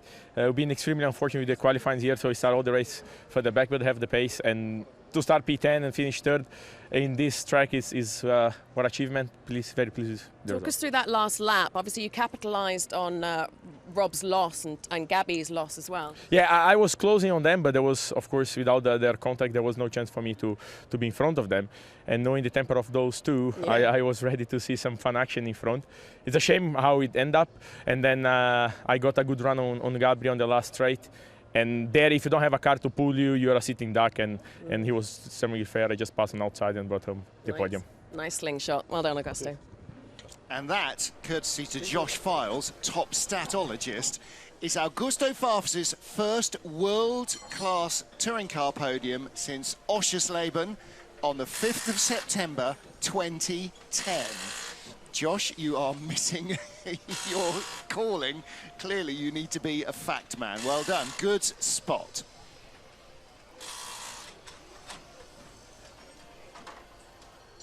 Work going on Gabriele Tarquini's car. Matt, they're squaring it up to make sure that it is tracking straight, i.e. that the rear wheels are following the front and not doing any extra steering after that little contact with Rob Huff. It was the left front corner of Tarquini's car as Huff came underneath him. And this was just a couple of minutes ago, Rob Huff's car being craned onto the flatbed. It's a pretty wretched place to be, isn't it? Halfway around the lap. Yeah, I wouldn't say it's the side-to-side contact that's done the real damage with Huff, is whether it broke his steering arm or what. It's the barrier that's really sort of wrecked the car. So Gabriele's, they'll just be checking the toes. He was obviously a little bit of a walking wounded after it, or you know, maybe he didn't have the confidence. You know, because you have to really commit. And he just wanted to make sure he got to the finish, but poor old Rob is definitely out of the mix at the minute, isn't he? Especially with, you know, the grid position he had. He must have been favouring a podium in that one, and because the speed he had in the car, and potentially a win in definite podium, if not a win in the last one. Yeah, absolutely, absolutely. So yes, you know, he almost got third in race 1. He was just slipstreamed out of it. He was looking at third in race 2 rather than 4th, and certainly from the front row in race 3 he would have really hoped to maybe claim a win. Jan Ehrlichet did go out in the car. Did he do the Grand Prix circuit only, or did he go around the Nordschleife? I would imagine the Grand Prix circuit only, just to check that everything was still attached, because the Grand Prix circuit is short and the Nordschleife isn't. I think if he'd been going around the Grand Prix circuit, crawling around there, he'd still be on his way around. On the Nordschleife, yeah, absolutely. Well, if it had gone wrong, you're a long way from home. If it's on the Grand Prix circuit, you're not a long way from home, and you can drive the car back in. And you can do that without getting in anybody else's way. Unfortunately, all 4 of those Lincoln Co's are back in the 20s in grid positions in the last one, so they can have And there's no easy meat on this grid, is there? You can get to roll over in front of you. It's a tough fight just not to be last. It always is, and wherever you are on the grid. I mean, that's one of the great things that the drivers were so enthusiastic about coming into this season and last. You know, at the beginning of last year, Gabriele Tarquini said, we are heading into a golden age of touring car racing, and the grid's only got bigger and tougher this season, so he's absolutely right. Well, this is the last trip for Rob Huff down Dottinger-Her, and nothing even remotely close to what he was hoping for. Picking up a good slipstream off the man, but he hasn't made any progress on it so far. No, it's wretched. Sitting in the cab, you know that basically all you're going to do is pack your stuff away and go home. There's nothing to be done. Pit lane is open, repair time is starting, and so... Yeah, it's rotten for Rob. He could have had a really strong weekend here. Really strong weekend. But, yeah. But, you know, and unfortunately, so often in motor racing, Matt, and you'll know this as well as anybody else, it's a case of what might have been. Well, Alex is going straight into the lion's den. Let's see what Gabriele Tarquini has to say for himself. Gabriele, let's hear it from your perspective. What happened there with Rob? But to be honest, I'm very unhappy from Rob's position, but from my position, I did nothing wrong. I didn't move into him. When he jumped in the carousel, he moved the rear a little bit and the wheel touched. So from my point of view, it was a race incident. I lose my position. He was very clever. He gets the third position, and I didn't move into him. Have you spoken to him about it? No, I don't know where it is. Probably he's there. I don't know. Okay, all right. He won't get a chance to speak to Rob about it. To be fair to Gabriele, I would see him on that one. I mean, neither of them did anything wrong. Rob had got the move done. Gabriele was holding the car out wide. Gave him room, You know, but they're going into a left-hand corner, and you know, Gabriele can't go straight on, so you've got to really feel for Rob, but yeah, it's one of those things, I think. You know, in the end, if he needed to, if Rob had still been alongside him, Gabriele would have gone on the tarmac around the outside and allow Rob to drop down inside. Yeah, he wanted to finish. The lead car is well into the carousel. If you can actually drop your left-hand wheels into the top of it and just get a bit of the hook in action. So maybe he was trying to do that, hold him around the outside. So Ivan Muller heads out to the grid where he will start 20th, Kevin Chicon 21st, and the 68 car of Jan Erlaché, who will be 17th. Let's get down and hear from Esteban Guerrieri, our points leader. We'll walk and talk. I know you're needing to get in the car very quickly, Esteban. Long brake pedal, if you're going to have it anywhere, here's not the place to have that. No, a little bit of a long brake, yeah, but we will sort this out. Also, I had a problem with the splitter in the first corner when Tassi went wide, and I saw him coming back. I had to turn to the right because to avoid him, and Norby was there, so we touched each other, and I broke a little bit the splitter, but now it should be repaired. Well, I wonder whether the long brake pedal, Matt, when you disturb the aerodynamics at the front, it doesn't just slow you down, it also interrupts the cooling airflow for the radiator, for the transmission, for the brakes. I wonder if the long brake pedal was a legacy of having that right front splitter chattering away, turbulent air. Rob Huff's car in the background there, look, going back into the dead car park. So it may just be that the brakes were overheating because of the turbulent airflow not giving them enough cooling air. Well, everything's carefully fitted into place, and if the splitters come adrift at some point, it might have pulled the brake duct off or misaligned the brake ducts, so we'll have been stopping and also provided an imbalance left to right. Oh, baby, you're having a tricky bit of an up and down weekend here. Broken radiator? Yeah, everything started in the qualifying B. That we have some issue with the noise of the car, so we were not able to go out. So we start last race 2 and race 3. That's not good for the points. But anyway, we had some issues in the radiator after the third lap, so I have to cool down, because if not, I heat up the engine and then I have a big problem for the coming races. Anyway, we never give up. They are trying to change the radiator to be able to participate in the race 3. Even if we cannot arrive to the grid, maybe we are going to start for the big. Right, he is not having a good time. As he said, he failed. He was stopped going out in qualifying 2 because the car was over the decibel limit. It wasn't a broken exhaust, but they replaced the exhaust and then it passed the test. But as he said, he didn't qualify, so he's at the back of the field. And again, they talked overnight about changing the engine overnight. They didn't do that.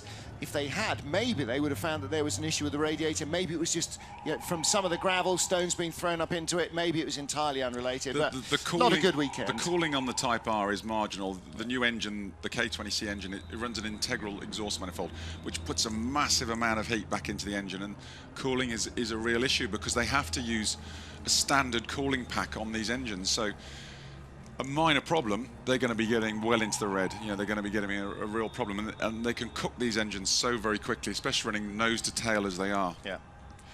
More, by the way, on Augusto Farfus's last podium in Oschersleben. He finished second in Oschersleben in September 2010. Josh Files adds that Prio was also on the podium there. He won that race, and that was his last podium, still currently, in world-class touring car racing. Neil Hudson of Touring Car Times then counters with they both were on a podium in Japan, where Farfus won race 2 in October 2010, but both RBM BMWs were excluded for an illegal gearbox because they'd gone from manual H pattern to a sequential box that Alex Zanardi was using, obviously because he needed it for his steering wheel controls. So those of you who are enjoying that little stat off, I'm sure there will be more to come. Cars heading out to the pit lane then, and there will be one car on the front row of the grid. Johan Kristoffersson has just won in the SLR Volkswagen Golf, and his teammate Benny Loister is on pole alone in the SLR Volkswagen Golf. So, with no Rob Huff, Esteban Guerrieri starting 3rd. But don't forget, at the beginning of the season, it was Nestor Girolami who led the championship from Guerrieri after Marrakesh. He led after, where was race 2? I forget now, so long ago, Hungaroring. And then the balance started changing. The last 2 outings, Slovakia and Zandvoort, it swung away from Girolami, and Esteban Guerrieri has retained his position at the top of the pile. And it does seem, as we said in qualifying, that when your luck is going with you, it is really going with you, and that's Guerrieri right now. One of the problems with this, which I believe with this series, all the drivers in the same cars run the same weight. Yeah. So there's no, you know, which was always the problem with Pachito Lopez. Once he was that little bit step in front, Muller couldn't. Even if they remain status quo. When in the, say, the British series, you get weight added on your championship position, so it pulls wherever you are, whatever car you're in, you're compromised a wee bit. So the others, even your teammates, have got an opportunity to catch you. That's not the case. Once you've got points in the bag here, you've got them in the bag, and it's still a level playing field. We used to have a situation early on in the Super 2000 era where the drivers got weight added for their success. As the British series. Exactly, and British. And they whinged mercilessly about the fact that you could never break away. Now, you know, when the boot's on the other foot, they whinge mercilessly about the fact that you can never catch up. Back then, we had 8 people going for the championship when we got to Macau at the end of the year. Exactly right, exactly right. And it may be, instead of having compensation weight on and off the cars, left, right and centre, like up and down like the Assyrian Empire, we need to have the BOP for the cars and some success ballast for the drivers, so that you don't get a runaway. I mean, Esteban Guerrieri was very clear about it before the weekend. He's saying the big advantage of having an early season lead is that if you're pushing 100%, everybody else has to take bigger risks. They have to overstep it more often to try and catch up because they've got to outperform you every time. Now, there will be tracks where Esteban's just not on his game. There will be weekends where the Honda's not the fastest car, not the best car, but he can afford to have some of the drivers who didn't start the season strongly chipping away at him, as long as it's not the ones who are really close that get a big jump. So if Benny Loister wins here, no skin off his nose whatsoever, because Loister's nowhere near him in the championship. But Martin, he's 100 points. Lars, if you look back at the last 2 years, Esteban doesn't hold back anywhere, does he? No, I mean that kid, he's absolutely right. I mean, he's a 100% racer, and so is Girolamo, but so are all of them. But in the last couple of years, he's not been the championship leader. and not being consistently the championship leader. And that's not going to... But as long as you clear the championship points out of your mind, yeah. you're just approaching every race weekend. Yeah, he is obviously looking at the bigger picture now, hence his radio comms back to the pit about Tassi. You know, wanting him to move over, try and get some extra points. So he is looking at the bigger picture, but he'll just be approaching every race weekend, trying to maximise the points and with a clear head. Yeah, you're absolutely right. And that's all he needs to do. He's been in championship fights before in Argentina and around. You know, exactly. he's he knows how to win. Yeah. And all he needs to do is just do what the car will do. He doesn't have to stress. He doesn't have to go, I must win this race. I must win. I've got to pass him. He doesn't. All he's got to do is get the maximum out of himself. And that's a comfort zone that every driver likes. It's what you do every day. Now, I was just wondering. Well, we're looking at Girolami, sorry. Girolami. He's starting at the back, and he's just got to write this one off, keep the car in one piece, and he's got to look forward to Villarreal in a few weeks' time. And what they can't do is cook the engine, because if they cook the engine and have to change it, then he's going to have a grid drop for the first race in Villarreal. Now, it will only be for the first race if they need to change it after here. But it's another lost points. But I wondered, when he came in at the end of race 2, if they had immediately then started changing the engine, would they have taken a grid drop for race 3 rather than for the first race in Villarreal? But if they haven't cut the engine yet? Yes, but they were talking about it anyway, so, but I don't know. Well, let's get down to our pole man. No ifs, buts and maybes. Benny Leustner starts at the front. Yeah, hello guys. Yeah, happy to be on pole in my home race. Really excited to race on the Nordschleife, the most terrific track in the world. For me, the most beautiful track in the world, most challenging as well. I've managed to done the pole in very tricky conditions, so I'm really confident now to repeat what my teammate just did before in race 2. He won the race, so I will try to focus and to be right at the top. Ja, das Ganze auch nochmal für Deutsch auf meiner Landessprache für meine deutschen Fans. Ich freue mich, bei meinem Heimrennen auf der Pole Position zu stehen, mit meinem Golf GTI TCR, mit dem Auto, mit dem ich hier sehr viel verbinde, mit dem Nürburgring, den Rundenrekord in 2016, mit dem GTI Club Sport S. Ich versuche jetzt genau das Gleiche zu machen, was mein Teamkollege gerade zuvor gemacht hat. Der Johann hat das Rennen gewonnen und ja, ich freue mich drauf, freue mich auf das Rennen.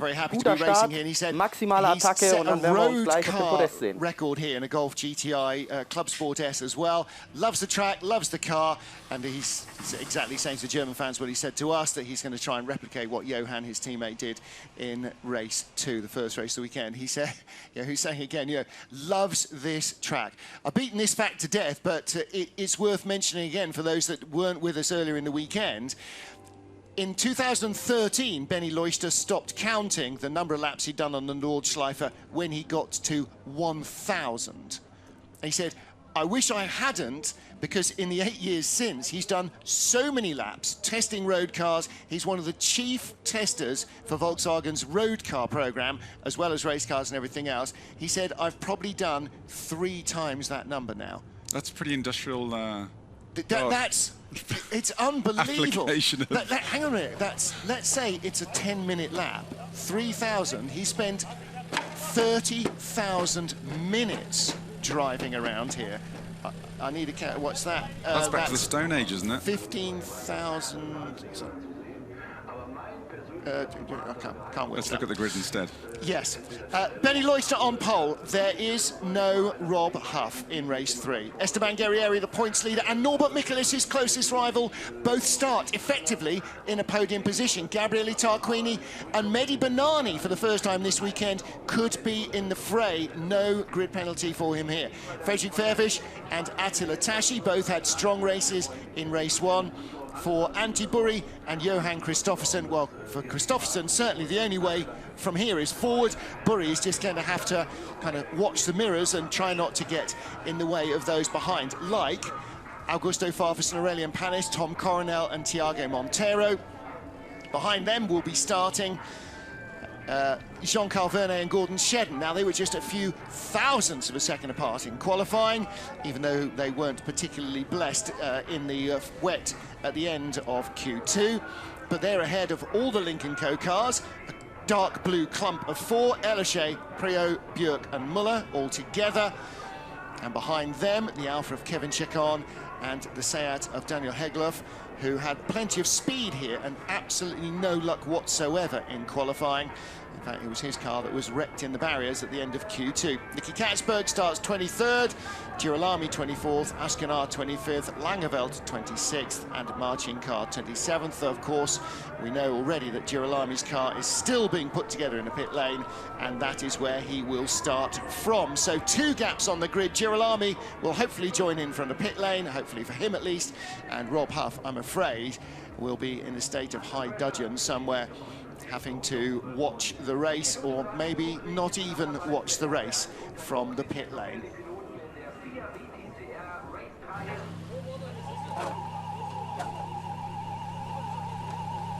Nestor Girolami's car gradually coming back together. The universal tools of every mechanic's trade, as well as a big lump hammer, obviously, a long roll of gaffer tape and lots of cable ties.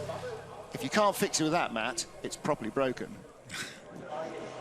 Just different, varying degrees of length and colour. Yes, exactly right. So there's Johan Kristoffersen. He's getting ready to jump in the car in a couple of minutes. He will start in 10th place. And his first race win safely tucked under his belt.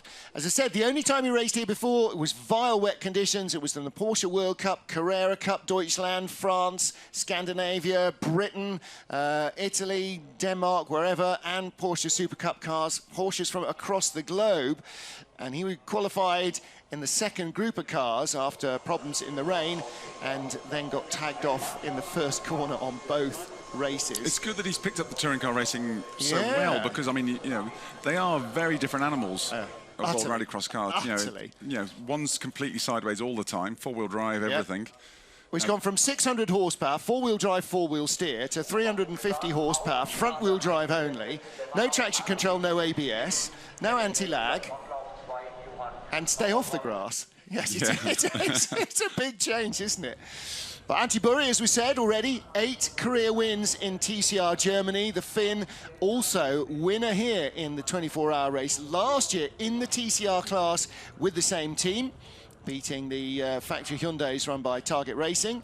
So 13th in race 2, 23rd in race 1, just got held up so awfully right at the start of the race, and started on the front row of the grid. And as you said, Matt, you know, it's really tough being the wild card here, because you want to have a nice, clean race, but you don't want to be that guy that ruins somebody's weekend. Yeah, he finished back in 12th after starting, you know, up at the sharp end on the second row of the grid, and first row of the grid, wasn't he? And almost led into the first corner, but he didn't do anything wrong. He just stayed out of everyone's way, and he had a good race and raced hard all the way through, and he just gradually sort of, you know, rolled over a couple of times. A lot of fluid leaking out of the front of Esteban Guerrieri's car. This might be a major drama. Championship leader Esteban Guerrieri leaving a trail of goo on the grid. Now, he is due to start the race in 5th position. He's already had a solid weekend, but the car is being pushed back from its grid spot. Looked as though it was leaking water, but we gather from the grid the team believe it might be clutch fluid. So I'm not sure whether that is fixable, toppable, uppable, or raceable with. Don't forget, he was also claiming about a long brake pedal. Let's hope it's not brake fluid leaking out. Either way, it's going to be a brake fluid wouldn't be that quantity. Yeah, it wouldn't be that quantity, but it's either coolant or it's not going to be. I would imagine. No, that amount of liquid looks like it must be coolant, but you know, the team are looking at what they can do. Attila Tashi starts 8th in the KCMG Honda. Again, Paul Ip, the boss of KCMG, here this weekend. And we're hearing that the Honda of Tashi has an oil leak on the right-hand side of his engine bay. Are they trying to bump start the car there? Oh, is the starter motor gone? I don't know. Well, there's Frederik Vervisch. Kurt Molliken's there in the headset alongside him, fellow Belgian and former racer, raced in Formula 3000. And then... Vervisch has been doing a mega job here because the BOP, the balance of performance, which influences the weight and all, there's a whole load of multitudes, including the car.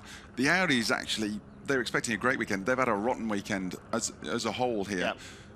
This boy has been... He's been going against the grain, and he's got some results.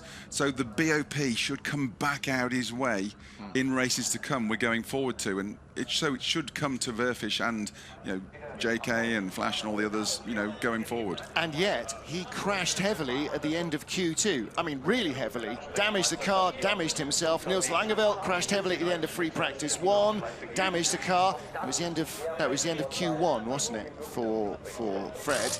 But he saw, his back's aching. He got a really good belt when he hit the barriers. As did Katzberg, but look away, Vervisch has managed to somehow produce some qualifying results and get up the sharp end when Katzberg's been having to fight for minor points all weekend. Well, here's Mehdi Banani finally back in the hunt with the Volkswagen for the first time this weekend. Should have been 5th on the grid for race 2, our earlier race, but he had a 10-place grid penalty for speeding through the slow zone at the end of the lap in qualifying 2. But that has been served, so now he starts in 6th position with only 4 cars in front of him. Let's see what he can produce from this. Certainly, he will hope for better than 15th and 18th. No points at all in race 2 for him. 1 in race 1. So it's been a slow point scoring. Yeah, it was weekend. Mehdi and Rob Huff at the catalyst of the big catastrophic accident we had at Villarreal the next race. We'll be hoping to avoid that again, won't we? Yeah. Here's Gabriele Tarquini. Well, again, it seems no ill effects from his contact with Rob Huff. Huff dived to the inside. Gabriele said, I gave him enough room, but last year's champion, lucky to get away with no clear damage on the car. Not the case, I'm afraid, for Rob Huff. 6th in the championship, and a good scoring weekend here will definitely help him. He's never really had one in the Nordschleife. 24th in race 1 was pretty much what we expect. The car retired under him.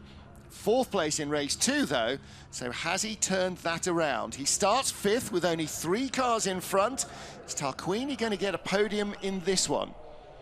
Alex Legui is down there on the grid with our camera crew, right beside Esteban Guerrieri's car. I'd imagine the officials will be having something to say about fluid being dropped onto the grid. Not much you can do. And he wouldn't want that in the grid. They could pull him off. They could do. If he's still leaking, they might do, but he's not. Well, I have to say, as you said, says the Honda spokesman, amount of liquid should be only water. Any more than that, it's fuel. So 1st in race 1, 2nd race he was in 8th place, Norbert Mikulits, but lying 2nd in the championship and starting in 4th. Row 2 of the grid has our top 2 championship contenders. You couldn't really want to be in much of a better position here if you're Norby or Esteban, could you? You're right at the sharp end. If you survive corner 1, lap 1, chances are you're going to get a good points result out of this. Well, it's easy said, Martin. I mean, they are hanging on around here. Yes, absolutely right. But the chances are much more favourable than if you're 10th, 12th, 14th, 20th. The man that was kicking off in race 2. Yes. Esteban Guerrieri then starts behind the pole man. He lies in 3rd place. Here's our points leader, nearly 200 points this season. In contrast, last in the points, Mehdi Banani has got 20. 2nd in race 2, 7th in race 3, so it's already a decent point scoring weekend. Can he add another podium to that? Is there some way, maybe, that the super slippery Honda can get by Benny Leuchter and leave him? Norby won race 1 from Esteban, and Esteban, even in the slipstream, couldn't get close enough on the lap to get into the toe on Dottinger Her at the end of lap 1, and as a result, he never really caught Norby. But then there was nobody close behind him, so he didn't need to. This could be very entertaining in terms of pure racing, with no Rob Huff on the front, unfortunately, because that really would have added another layer of spice to the pot. But Benny Leuchter on pole position, the young German driver, definitely the most diminutive in the field. He probably could have been a horse racing jockey. And is he going to take the whip to the car? Yes, he is. Will he come out like teammate Johan Kristoffersen with his first race win? I have to say, I think the odds are pretty good. He'll be feeling very, very hard done by if he doesn't. 16th in the standings after Volkswagen's tough start to the season. Basically, the first 2 weekends were a total write-off. 7th in race 1, 6th in race 2. Can he be the second first-time winner of the weekend? And for this part of the SLR Volkswagen garage, they'll have 2 winners in 1 weekend if they do that, and that would be good news for them. Well, whatever else has happened with Esteban Guerrieri, sounds as though Nestor Girolami's car is fired up and ready to truck down to the end of the pit lane. The grid will roll away, they'll go round the Grand Prix circuit and then come back to the field. Now, we've got a problem for Mikel Ascona. Ascona's car will not start. Mikel Ascona, oh, now he's giving the thumbs up. It sounds like it's running. So that should hopefully be all right. We're hearing that there may be problems for wildcard Antti Burri in 9th place. Guerrieri is not moving. Now, this is a big drama for Guerrieri. Here we go. Come on, Esteban. Get the car running. Well, Burri goes by him. Oh, dear. Race 3 may get underway.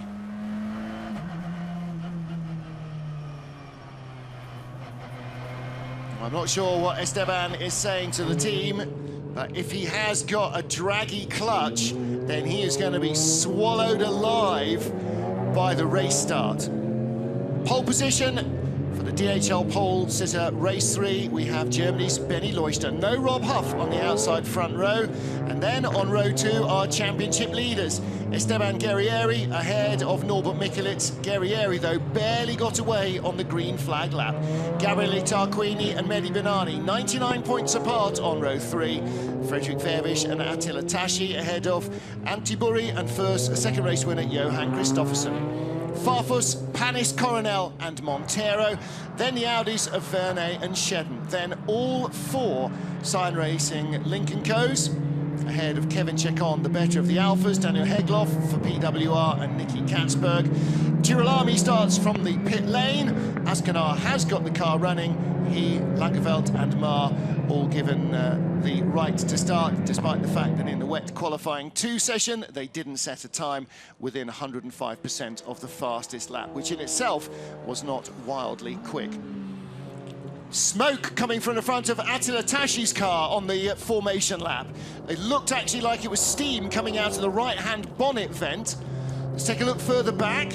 Now, was that steam? Was that oil smoke? Something.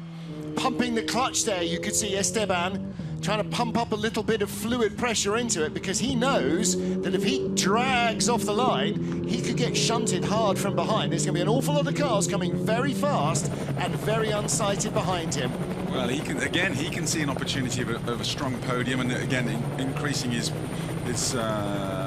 championship points. What he doesn't want to do is just sit there with no gears and get rear-ended. No. And in fact, what he really wants to do is crawl to the grid as slowly as he humanly can, so he's spending the least time sitting there so that if the car was leaking coolant, it doesn't overheat.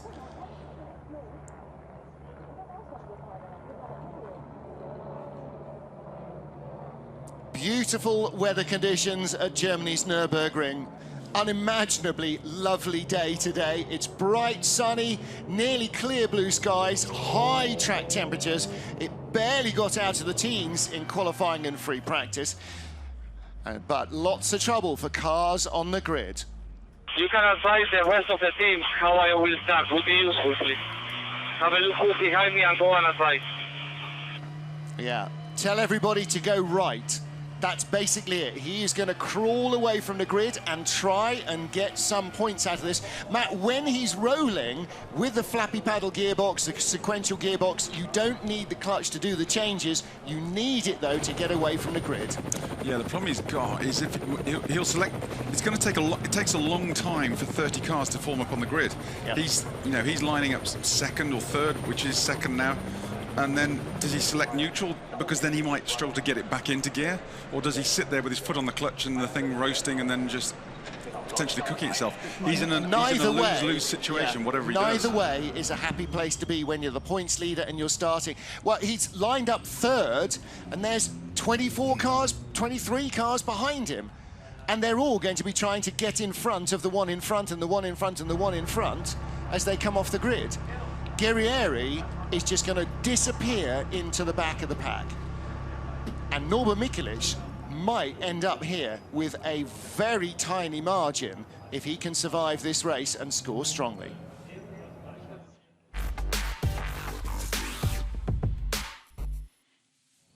Final race at Germany's Nürburgring, race 3 of 3. Benny Loister on pole alone, there's no Rob Huff. Guerrieri third with a clutch problem. Mikelic fourth.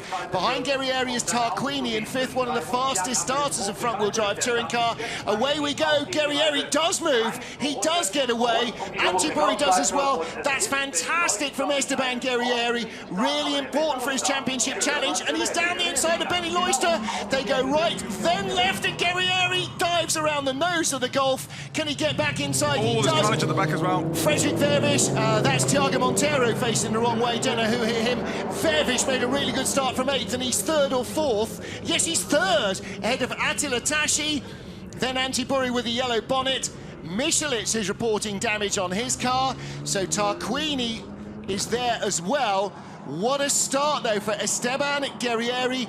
Nestor Girolami has left the pit lane, and because he hasn't done a formation lap, that's Norby. He's got broken suspension either at the front or the rear. I think at the rear. Norby is out, 2nd in the championship. I have a broken car. Vervish pushed me out. All right, contact as Frederick Vervish came through the field, but Fred Vervish from 8th on the grid up to 3rd. Norby may have hoped that he'd get ahead of Esteban Guerrieri and get points. Tashi is smoking again, or steaming out of that bonnet vent. Tashi is not going to survive. If that's overheating already, Matt, he's not going to survive a lap, never mind a race.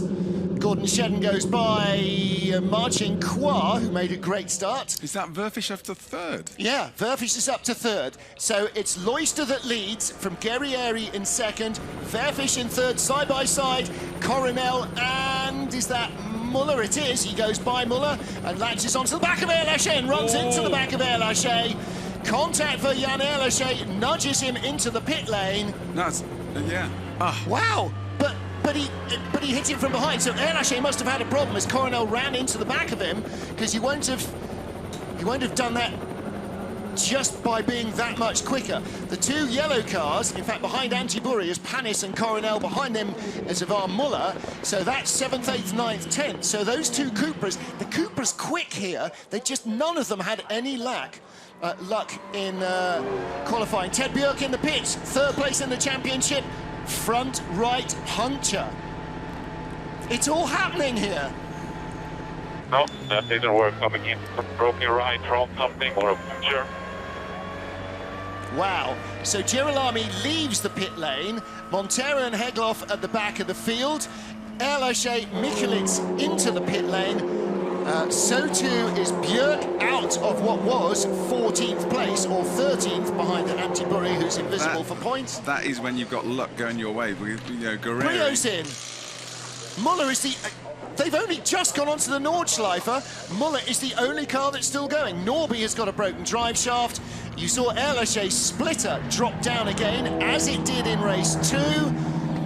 Or race 1, one of them anyway. Goodness me.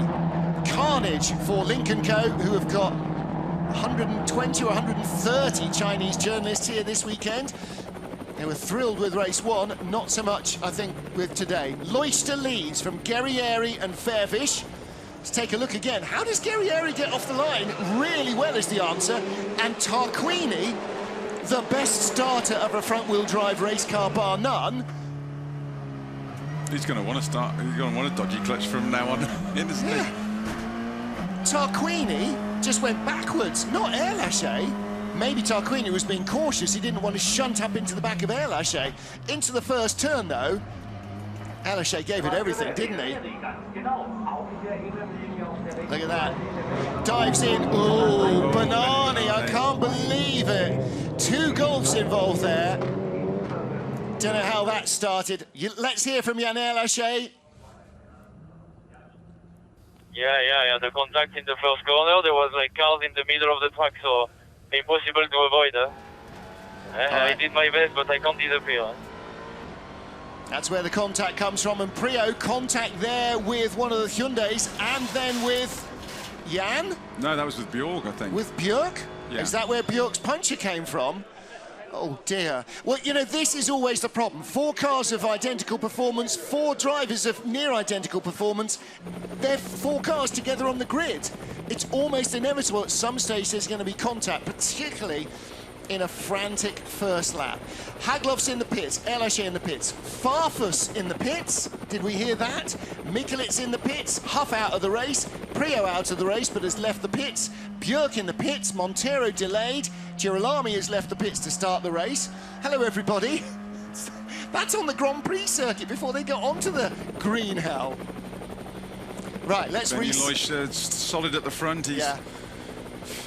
He's fastest front sector. They're all about status quo in the second sector. Attila Tashi in that overheating Honda, 4th fastest, or 4th place. He is faster than anybody else through sector 2. Tarquini's 5th, Vernet is 6th, and then here's the queue for 7th. Antibury with the bright yellow bonnet, and the 2 yellow and black cars. That is Panis and Coronel, so that's 7th, 8th and 9th. We're on board with Esteban Guerrieri, and Loister's not getting away. What's that, 1.1 seconds maybe? As he passes the fence, they took a look. Well, there's not a lot in it, just about a second. So if he can stay this close, he'll be in slipstreaming room. I mean, he is definitely in slipstreaming territory if they get to Dottingerhöhe this far apart. The Golf is strong through this mid-technical section though, isn't it? But the Honda's not... slipped out the top of the carousel there. Almost popped out of the carousel. He did. Oh, blimey. That will have got the wastegate chattering, won't it? Fredrik Vervisch right behind. This is 1, 2, 3. Farfus is in the pits. Lot of damage on that right front corner. And that is from Thiago's car. Thiago into the side of his car. It's all arms and elbows there in that first. What happened between the 2 Golfs? Oh, I don't know. Again, probably cars in front. Somebody checked up, somebody else hit somebody else. But Farfus is out. No chance of a podium here for him. But it's been a good Saturday so far. And he's got the N24 to look forward to as well. Oh, another mistake from Loister.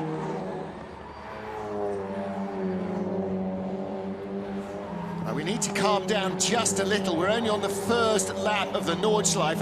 Oh, and pulling off. Is that Vervisch? No. Who is that pulling off? There's Loister. There's Guerrieri. That was Tashi. That was Tashi. Good spot. So has that car finally overheated?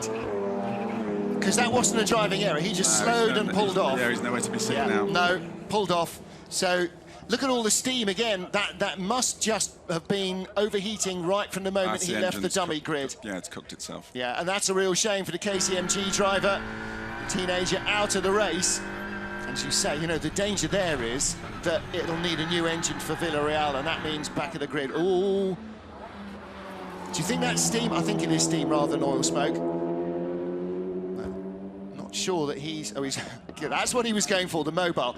Listen, mate, if you get a signal, you'll be lucky. Oh, that's not Vervisch, that's Nils Lankeveld. So Lankeveld was in... this is from Mehdi Banani's view. Lankeveld, 16th place. Ooh, you can't see a lot through the dust there, can you? You really can't. Yellow flags are out, but it'll be another 10 minutes before they get round there, or 9. Tashi immediately knows what to do. He gets off. There's no radio contact there, so he gets out the mobile. Good luck getting the signal. The radios work really well all the way around, but there is like a dark side of the moon. Yeah. There's about a 6 or 7 kilometre section at the back where they do go into complete radio darkness. Down the Dottingerhöhe, Benny Loister, the front of these 3 cars, moving around, and behind him, like a water skier, staying out of the way, comes Guerrieri. Oh, mate, look at this. Too late, too little, too late. It's going to get the side toe, going to go around the kink around the outside. It's still doable. Coming up to the Now Loister gets the side toe back. Oh, my goodness. And again, think about speedboats. They're bouncing around in the turbulent air. Huge lockup from both men. fabulous, fabulous racing. Guerrieri's got to watch it. Vervish will get a run on him now. Yeah, well, more of a lock-up for Esteban, and Vervish has got a run around the outside for second. Critically, Guerrieri now needs to tuck in behind the Audi, let Vervish do the work, and haul the two of them up behind the Golf. Or go around the outside, obviously, you know, play your own game on this one. Oh, wonderful, wonderful racing. A 120k limit where Tashi's car is parked. Let's hear from Esteban Guerrieri. 2 laps to go, just go for the points. 2 laps to go, just go for the points. Yep. Take whatever you can get, finish the race. But those big points for first. well, you know, it goes back to Andy Prio's rule. Don't be third if you can be second. Take every single point, because at the end of the season, you don't want to be applauding somebody else because you didn't go for 7th when you were 8th and get 1 extra point. Wow. Oh, off goes Anti-Burri. Did he jump or was he pushed? I don't know. He was in 6th. He had Gabriele Tarquini behind him. Matt? Yeah, but he's never upset Gabriele. Hang on a minute, they've had 2 races. They were close together in one of them. No. The one who's going well is Jean-Carl Vernet. Yep. Started 15th, up to 4th place now. Unbelievable, isn't it? What a start he must have had to avoid all that carnage. He's up to 4th, Tarquini 5th, Burri off. So Panis is 6th, Coronel 7th. This is going to be the best race of the... I shouldn't say that, really, even should I? 6th and 7th for Panis and Coronel. Finally, they're getting a bit of luck to go with a good pace in those 2 yellow cars. So there's your top 3, and they are closing down the Golf, even on the Grand Prix circuit, aren't they? When they get down Döttinger the next time, those 3 cars will be together, but will Vernet and Tarquini be able to tow up to our lead trio? What was the gap?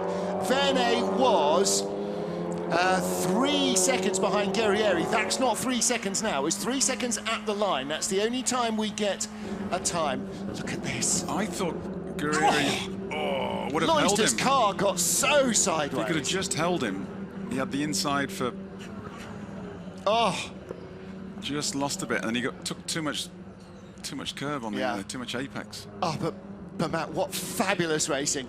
Sorting out Attila that's fire Tashi's now. car. That is fire. It has caught fire, hasn't it? I wondered whether it was oil smoke. There was so much of it, it looked like it was just steam, but it's a 120k limit there. Let's get to where is Marshall's post 162. You watch the carnage break out. I can't read it, it's such tiny type. It is right after Brunchen. Kallenhard, isn't it? So he's no, it's in no, it isn't. It's in the Wipperman-Brunchen sector. So here comes our leader, Benny Leuchter from Frederick Vervish and Esteban Guerrieri, 2nd and 3rd. And Jean-Carl Vernet and Gabriele Tarquini are closing on the top 3.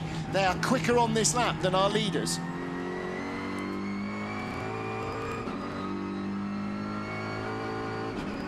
We seem to spend a lot of time looking back from Frederick Vervish when he's been in the lead group. And he's got Esteban Guerrieri now. Guerrieri, for the moment, Matt, just marking his time, keeping pace with the 2 guys in front. No point in being recklessly fast here because, like his team engineer Dave Scott said, think about the points, take the points. Stay calm, Esteban, stay calm. Do you know, for a Latin, he really does, doesn't he, in the car? Ooh. I don't know, he's got a fiery nature, hasn't he? Is that an attack on... Oh, that's Burri off again. No, that was the one from before. It was Brunchen. No, right. that was on the Grand Prix circuit. He went off before. This is Arnberg. You're right. Twice in a day? Right, that's it. That's my limit. I'm going to be quiet. The 24 hours is going to be... Yeah, but I've been watching this for 3 days. The 24 hours is going to be a real nightmare. I've been twice already. That's it.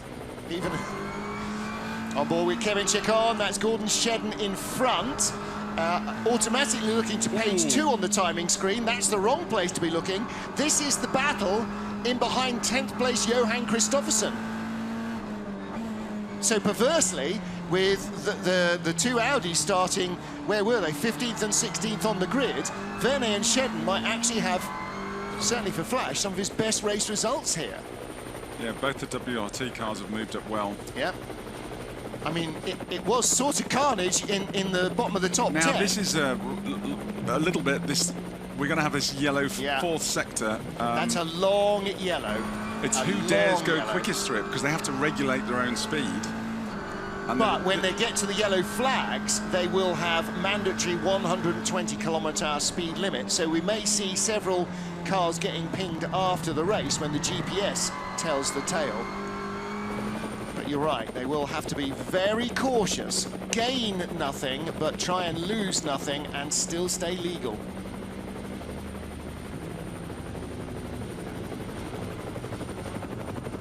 Looking down at Ivan Muller, leading Nicky Katzberg, Johan Kristoffersen. Oh, Katzberg's trying to come along. Behind Kristoffersen is Shedden. Katzberg squeezed onto the grass by Muller. Who's that going up the grass on the inside of Katzberg? That was Kristoffersen, and he's in the barriers. That's exactly where Thiago and Gabrielli went off a couple of years ago. So Kristoffersen is off and heavily into the barriers. That'll be another yellow sector. Gordon Shedden goes by him. Are they not in sector 4 at that stage? Yeah, because that's after the carousel, isn't it? That's on the run up the hill, isn't it? Is that? Oh yeah, maybe that's just before. So this is Kesselsen. Yeah, this is Kesselsen up to Klostertal. Well, the rallycross driver. Oh, that it was. That is Thiago's crash, isn't it? I mean, it was Thiago and Ivan. That's a hard hit. That is a huge hit. He was lucky. Oh, really gets sideways there, squeezed onto the grass and through the traffic. And here's Chekon trying to avoid it. Oh.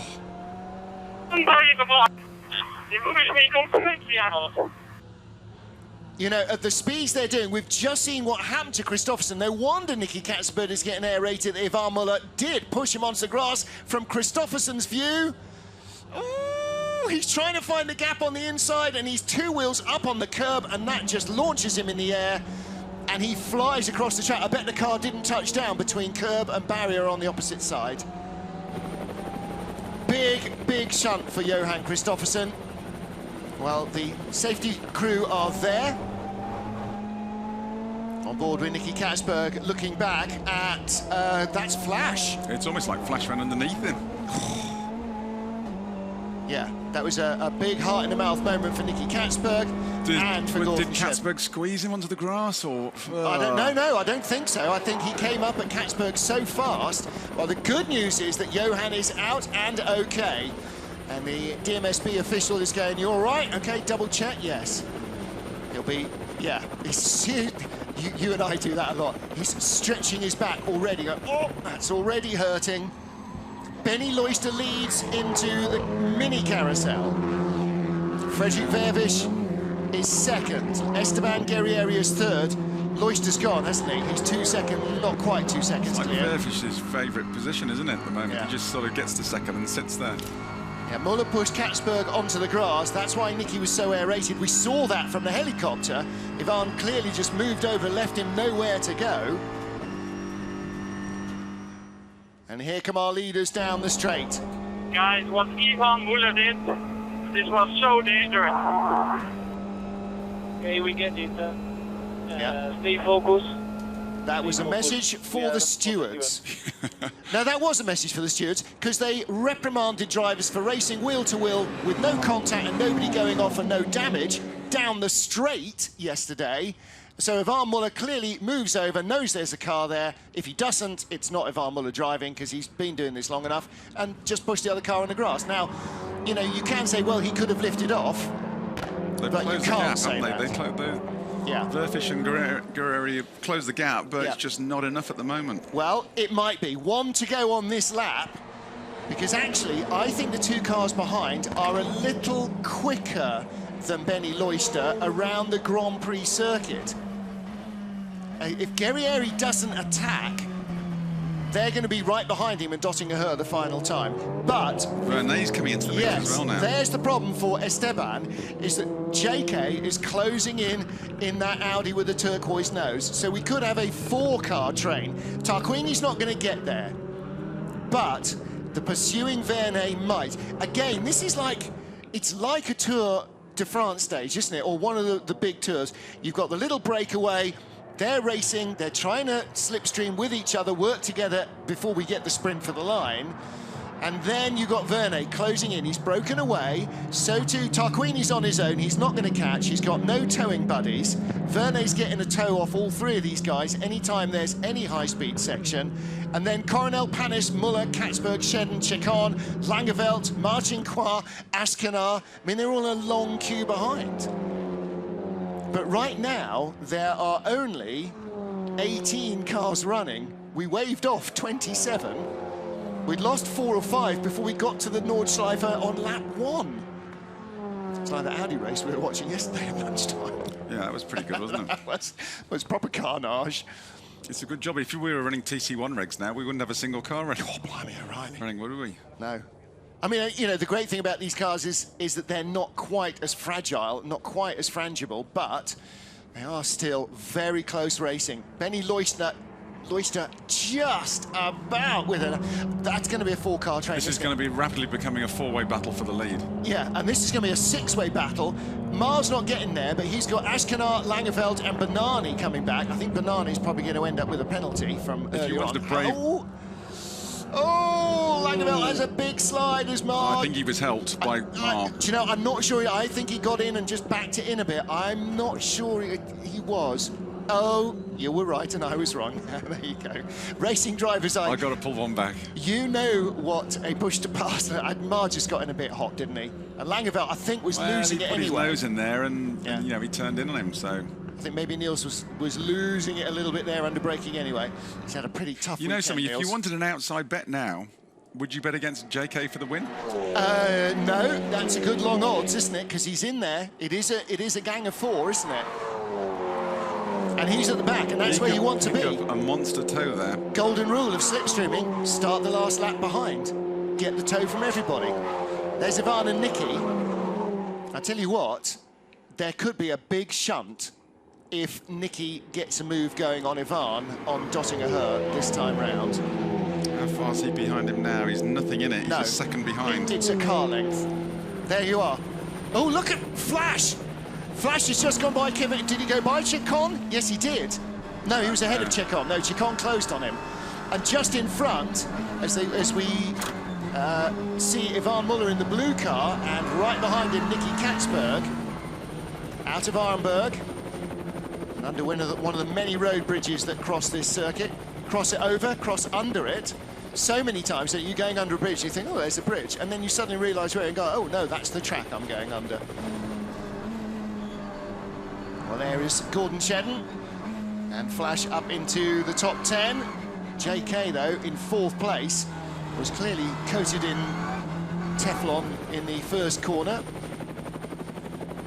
Kevin Chicon right behind the second of the WRT Audis. Looking back from Fredrik Vervisch. Vervisch in second. Was only 7 tenths behind Loister at the line at the beginning of the Grand Prix. Where's Verne gone? He's just... Oh, there he is. Yeah, he's still there. Yeah, he's good behind Guerreri, isn't he? Esteban is dropping away a fraction from Vervisch. Oh, this is so fast, Matt, isn't it? Piling on the speed here. It's a really steep compression at the bottom. A really steep dive down that hill. And look here. Suddenly you get into this really big braking area, and then you've got to get that right, because you climb up the hill so fast. Up the hill. Lead quartet stringing out as they start to climb the hill out of Metzgersfeld. That's the lowest point on the circuit, I think. Hoeracht being the highest. You can't describe how steep this incline is. No. Every last rev on each gear change, you're going to be taking it to the absolute maximum without it running into the limiter. But we are now going into the yellow flag sector for Kristoffersen, so... No, we're still in sector 3 at the moment, aren't we? Just finish it, the leaders. Out of Exmüller, between Exmüller and Bergwerk, that's where we go into sector 4. Double waved yellows at the incident for Kristoffersen, so 120Ks there as well. So everyone's going to try and nick a little bit out of each other in the sector 4, but it's how quickly do they dare go with their self-regulation. Incident between Mar and Langeveld under investigation. Nothing yet in the incident between Muller and Katzberg. Really? crikey. Jean-Carl Vernet was a second a lap quicker than the three in front of him on the last lap. Green flag in sector 4 now. Does that mean there are double waved yellows still, though, at... Yeah, there's... Yeah. Yeah. So 120 Ks. Ooh, Vervish closed right up behind Guerrieri there. Oh, he's got by Guerrieri. Under yellows or not? No, he hasn't. Yes, he has. Vervish is... Oh, no, hang on. Vervish is second. Guerrieri was third. Yes, no, sorry. Back up to speed now. This is going to be fun when we get on to Isn't it, though? Now, the real problem is that the gap is smaller. Is it smaller because of 120 observance? Oh, look at the other group coming up the other side into the... You don't often get that shot in touring car racing. Looking forward at who are we looking forward at? There's only one blue car left, so that's Muller from Mar. No, but that was that's like Chacon behind Muller. Yeah, Chacon rather.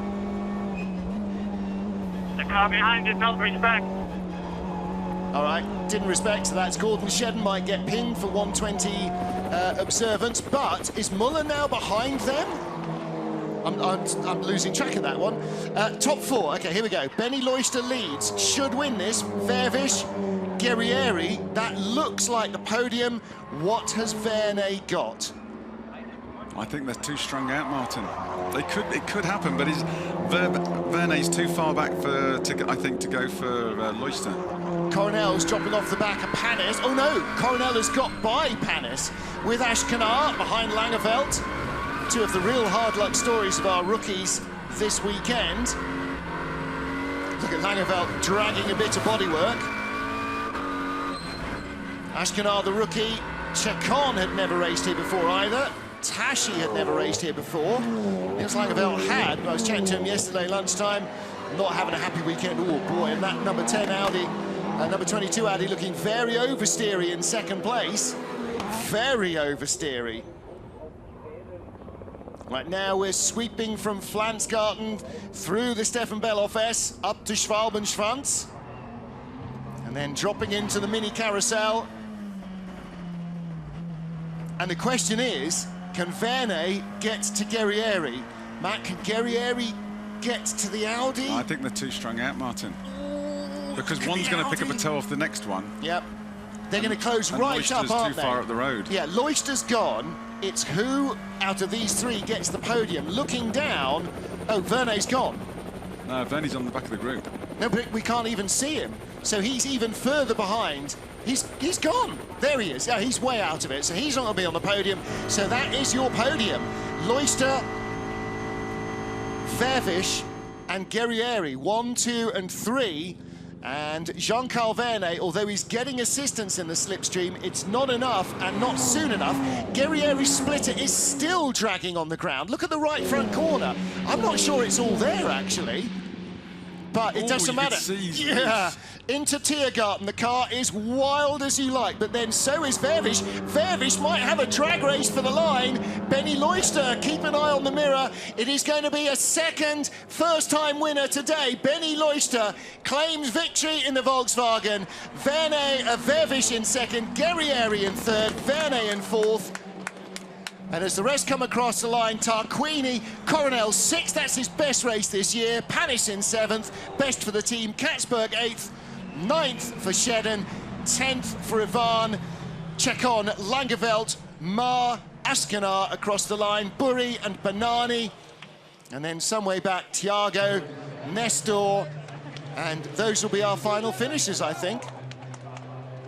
Yeah, another bittersweet race for the Sebastian Loeb VW team with Loister taking the win, but Kristoffersson ending hard in the barriers. So, yep. But the good news is Kristoffersson out of the car and seemingly uninjured. So a win to a huge shunt. I mean, that's both sides of the Nordschleifer coin, isn't it? And Benny Loister, he was praying for rain. He got it in qualifying. And then that allowed him to make the most of qualifying to get his first ever career pole position at world level in touring cars, and now he gets his first win, and he will be... You're going to need to nail his feet to the ground to stop him bouncing around like a tigger. He will be so excited about this. He was so excited just to be coming to race here. We had a lot of casualties in that one, didn't we, Mark? Yeah, didn't we? And Frederick Vervish, This is a big weekend for him. What was he? Fourth in race 1, second and second. That's a huge points haul. Let's hear from our winner. Good job, Benny, good job. You remember back for me after turn 1, you okay? Yes, Benny! Whoa! It's awesome! Thank you! Wow! You okay? Yes, Benny! Whoa! Now, just for a moment, let's think about the championship. Esteban Guerrieri, the points leader, finished in 3rd. Ted Björk, 2nd in the points, no points. Nestor Girolami, no points. Norbert Mikulits, no points. The next best point scorer was Askanar.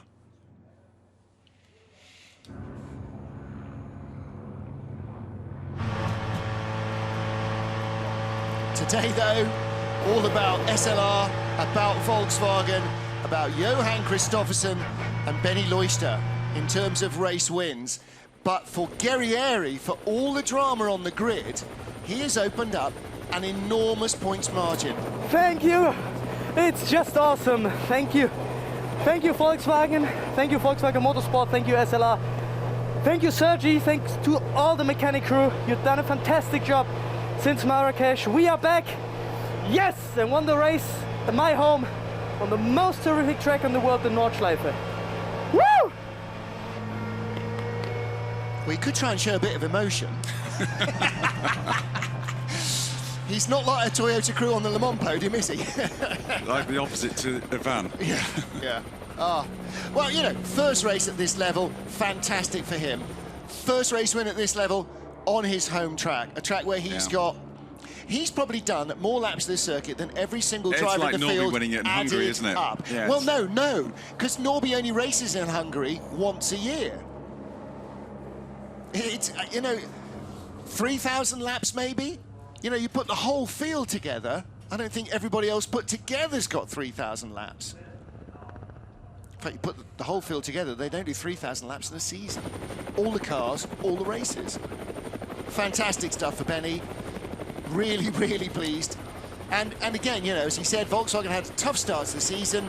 They started using the mandatory ECU that will be used from next year, but it's clearly not ready for this year. They really, really struggled. So race 3, they changed back to the original Volkswagen Group ECU, and then their season started. Then they had some speed. Then they had to start learning how to re-engineer the car properly, not to try and make up for a deficit in engine. So suddenly, you know, it all looks, unless your name's Rob, but they have been working hard to come back to a position where they've got a competitive car with a dent in the roof.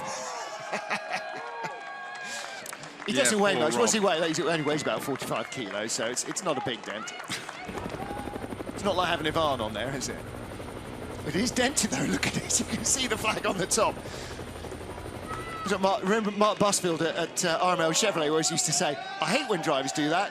And as soon as they do, I send a text to our local dent pullers saying, can we meet you at the factory on Tuesday, please? We've got another car that needs a roof straightening. Yeah, you have to put a new skin on the roof. Yeah. They just pop it back up. Esteban Guerrieri, another huge race weekend. Like I said, the closest man to him in the points who actually scored was Michael Askanar.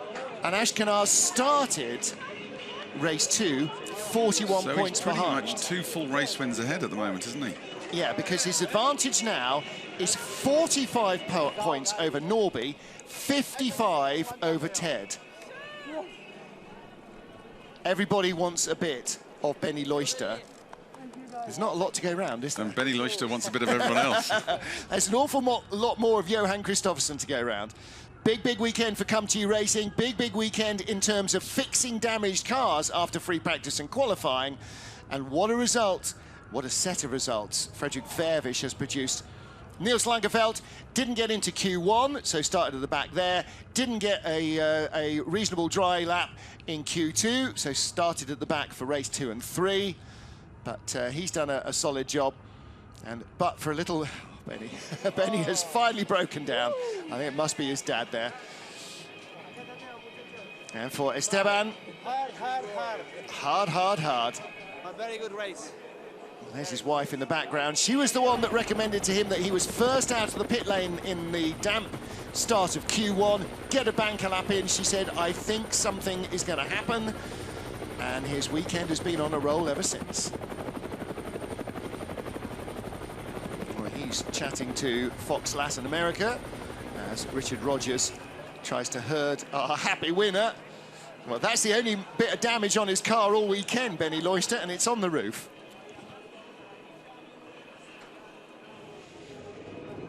I am standing with an extremely emotional Benny Loichter. Benny, when you came into this weekend, you were like, all of my dreams are coming true just by racing around this circuit alongside these guys.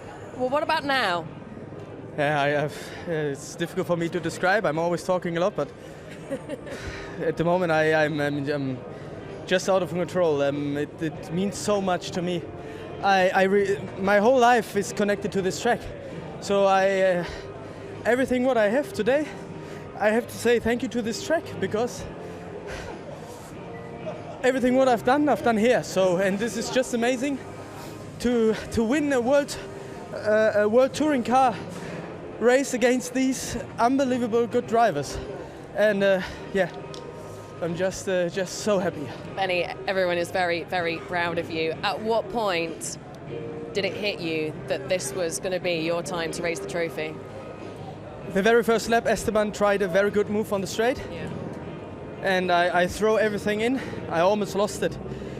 Top speed because we make contact. But maybe the hand of God was there, I have no clue. He saved me, and yeah. I'm just happy. Well, his dad brought him here as a kid. Dad used to come and watch German Grand Prix at the Grand Prix circuit, brought him here as a kid. You see, he wasn't into cars then. He was a kickboxer until he was about 8 or 9. Then he got into go-karts, and then his life changed. And as he said, pretty much all his driving career as a test driver, particularly for the Volkswagen Group, he has spent most of his days, weeks, months driving around this circuit in all weathers, in all sorts of vehicles. He said, every lap, no matter what you're in, you learn something. And there's his dad, and he has thousands of laps under his belt on this circuit. Finally, it's all paid off at the highest level he's ever raced here. Benny Loister, the winner, from Frederick Vervisch, again in second place, and Esteban Guerrieri again on the podium. Verne Tarquini Coronel, the top 6, Hannes Katzberg Shedden in 9th, and Muller in 10th. And outside the top 10, Kevin Chicon, Niels Langeveld in 12th place from 20, whatever he was on the grid, 6th or 7th. That's a great improvement for him. Mar, Ashkanar, Antiburi 15th, but invisible for points. So the final point at the moment goes to Mehdi Banani, although the first corner instance, I'm sure, will attract the attention of the stewards. And out of the points, Montero, Girolami, Björk, Mikulits.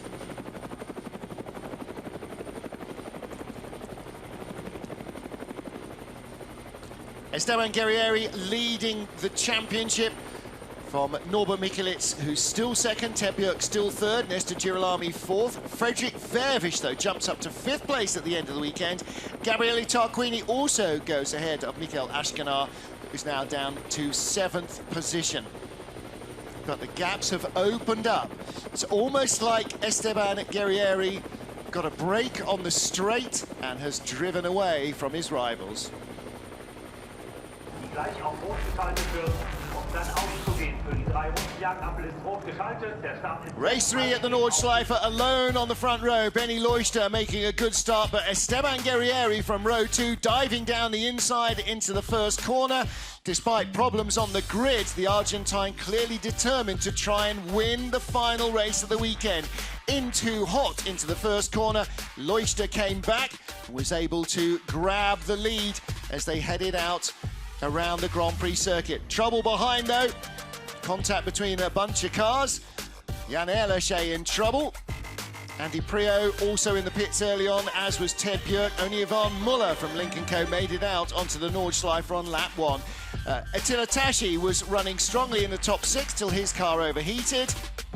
Drama at the end of the first lap. Again, Guerrieri trying to pass at high speed to get by for the lead, just held off by Leuchter. Then Fredrik Vervisch dived into second place, and that's where he would stay with Guerrieri in third. Big moment for Nicky Katzberg, pushed on the grass by Muller, and then Kristoffersen trying to go by him, launched from the curbs into the barriers. A huge crash. That's where his race ended. Benny Leuchter, his teammate, winning race 3 from Fredrik Vervisch, with Esteban Guerrieri back on the podium again in third place, extending his advantage. But it was an emotional day for winner Leuchter.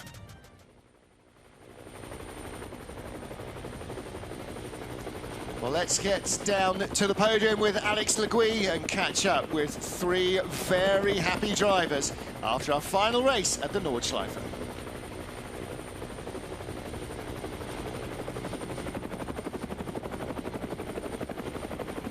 Ladies and gentlemen, welcome to our final podium of this weekend's FIA World Touring Car Cup by Oscar at Nürburgring. Please welcome onto the podium in third position from allinkle.com Munich Motorsport, it's Esteban Guerrieri.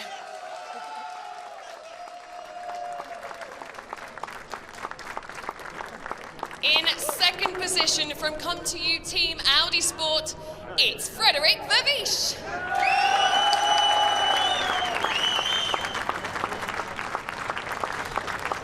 And your winner from SLR Volkswagen, it's Benny Leuchter.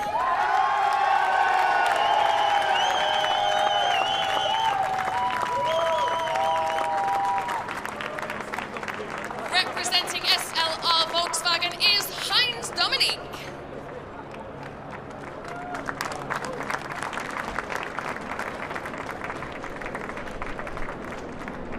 And now the national anthems for both Benny Leuchter and SLR Volkswagen.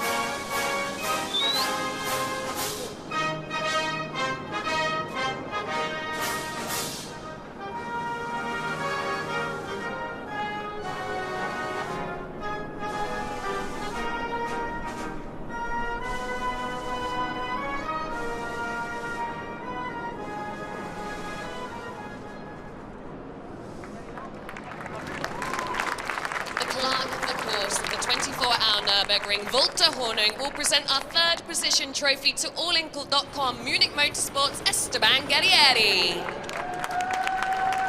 The head of organisation of the 24-hour Nürburgring, Mirko Hansen, will present the second position trophy to Come To You Team Audi Sports Fredrik Vervisch. Masaki Imai, Executive Vice President of JVC Kenwood Corporation, will present the winning trophy to SLR Volkswagen's Benny Leuchter.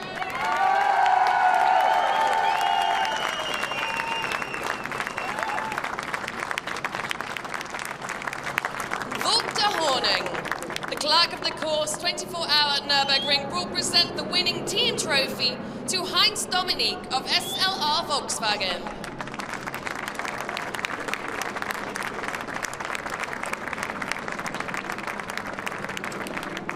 And now come together for your official photographs.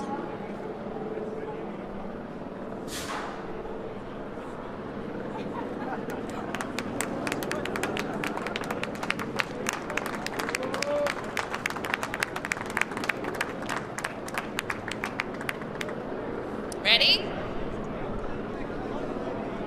Champagne. A fantastic weekend of action at the Nordschleife and beautiful weather for races 2 and 3 with 2 first-time winners.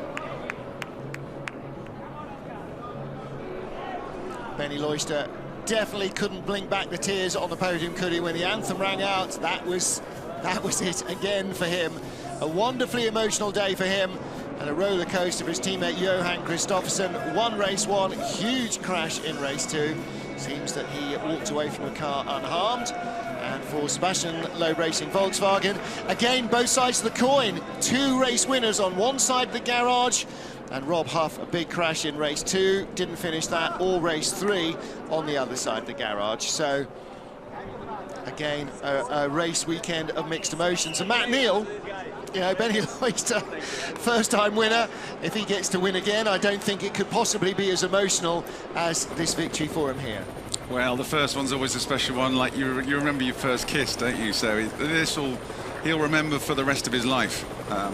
You know, just the opportunity, and you can see the emotion inside him. He just, you know, he was on the brink of almost bursting into tears, you know, with it, and it'll take a while to sink in. Definitely. You know, but he'll definitely have maybe a few celebratory drinks tonight. I think it might be 1 or 2 partaken, absolutely. Munich Motorsport comfortably leading 68 points ahead of BRC Hyundai and Squadra Corsa. Sign Racing Lincoln Co in 3rd, didn't score strongly at all this weekend. The Lukoil Racing team did though. They are in 4th position, but closing up on Sign Racing Lincoln Co. And that is it for the Nordschleife. Thanks for being with us. My thanks to Alex Sadui, to Matt Neal and everybody here for the WTCR TV coverage. 3 fantastically entertaining races. Next time out, we're at the high-speed street circuit at Villarreal in Portugal. We'll see you then. Until then, from me, Martin Haven, and everybody here, it is goodbye from the Nürburgring.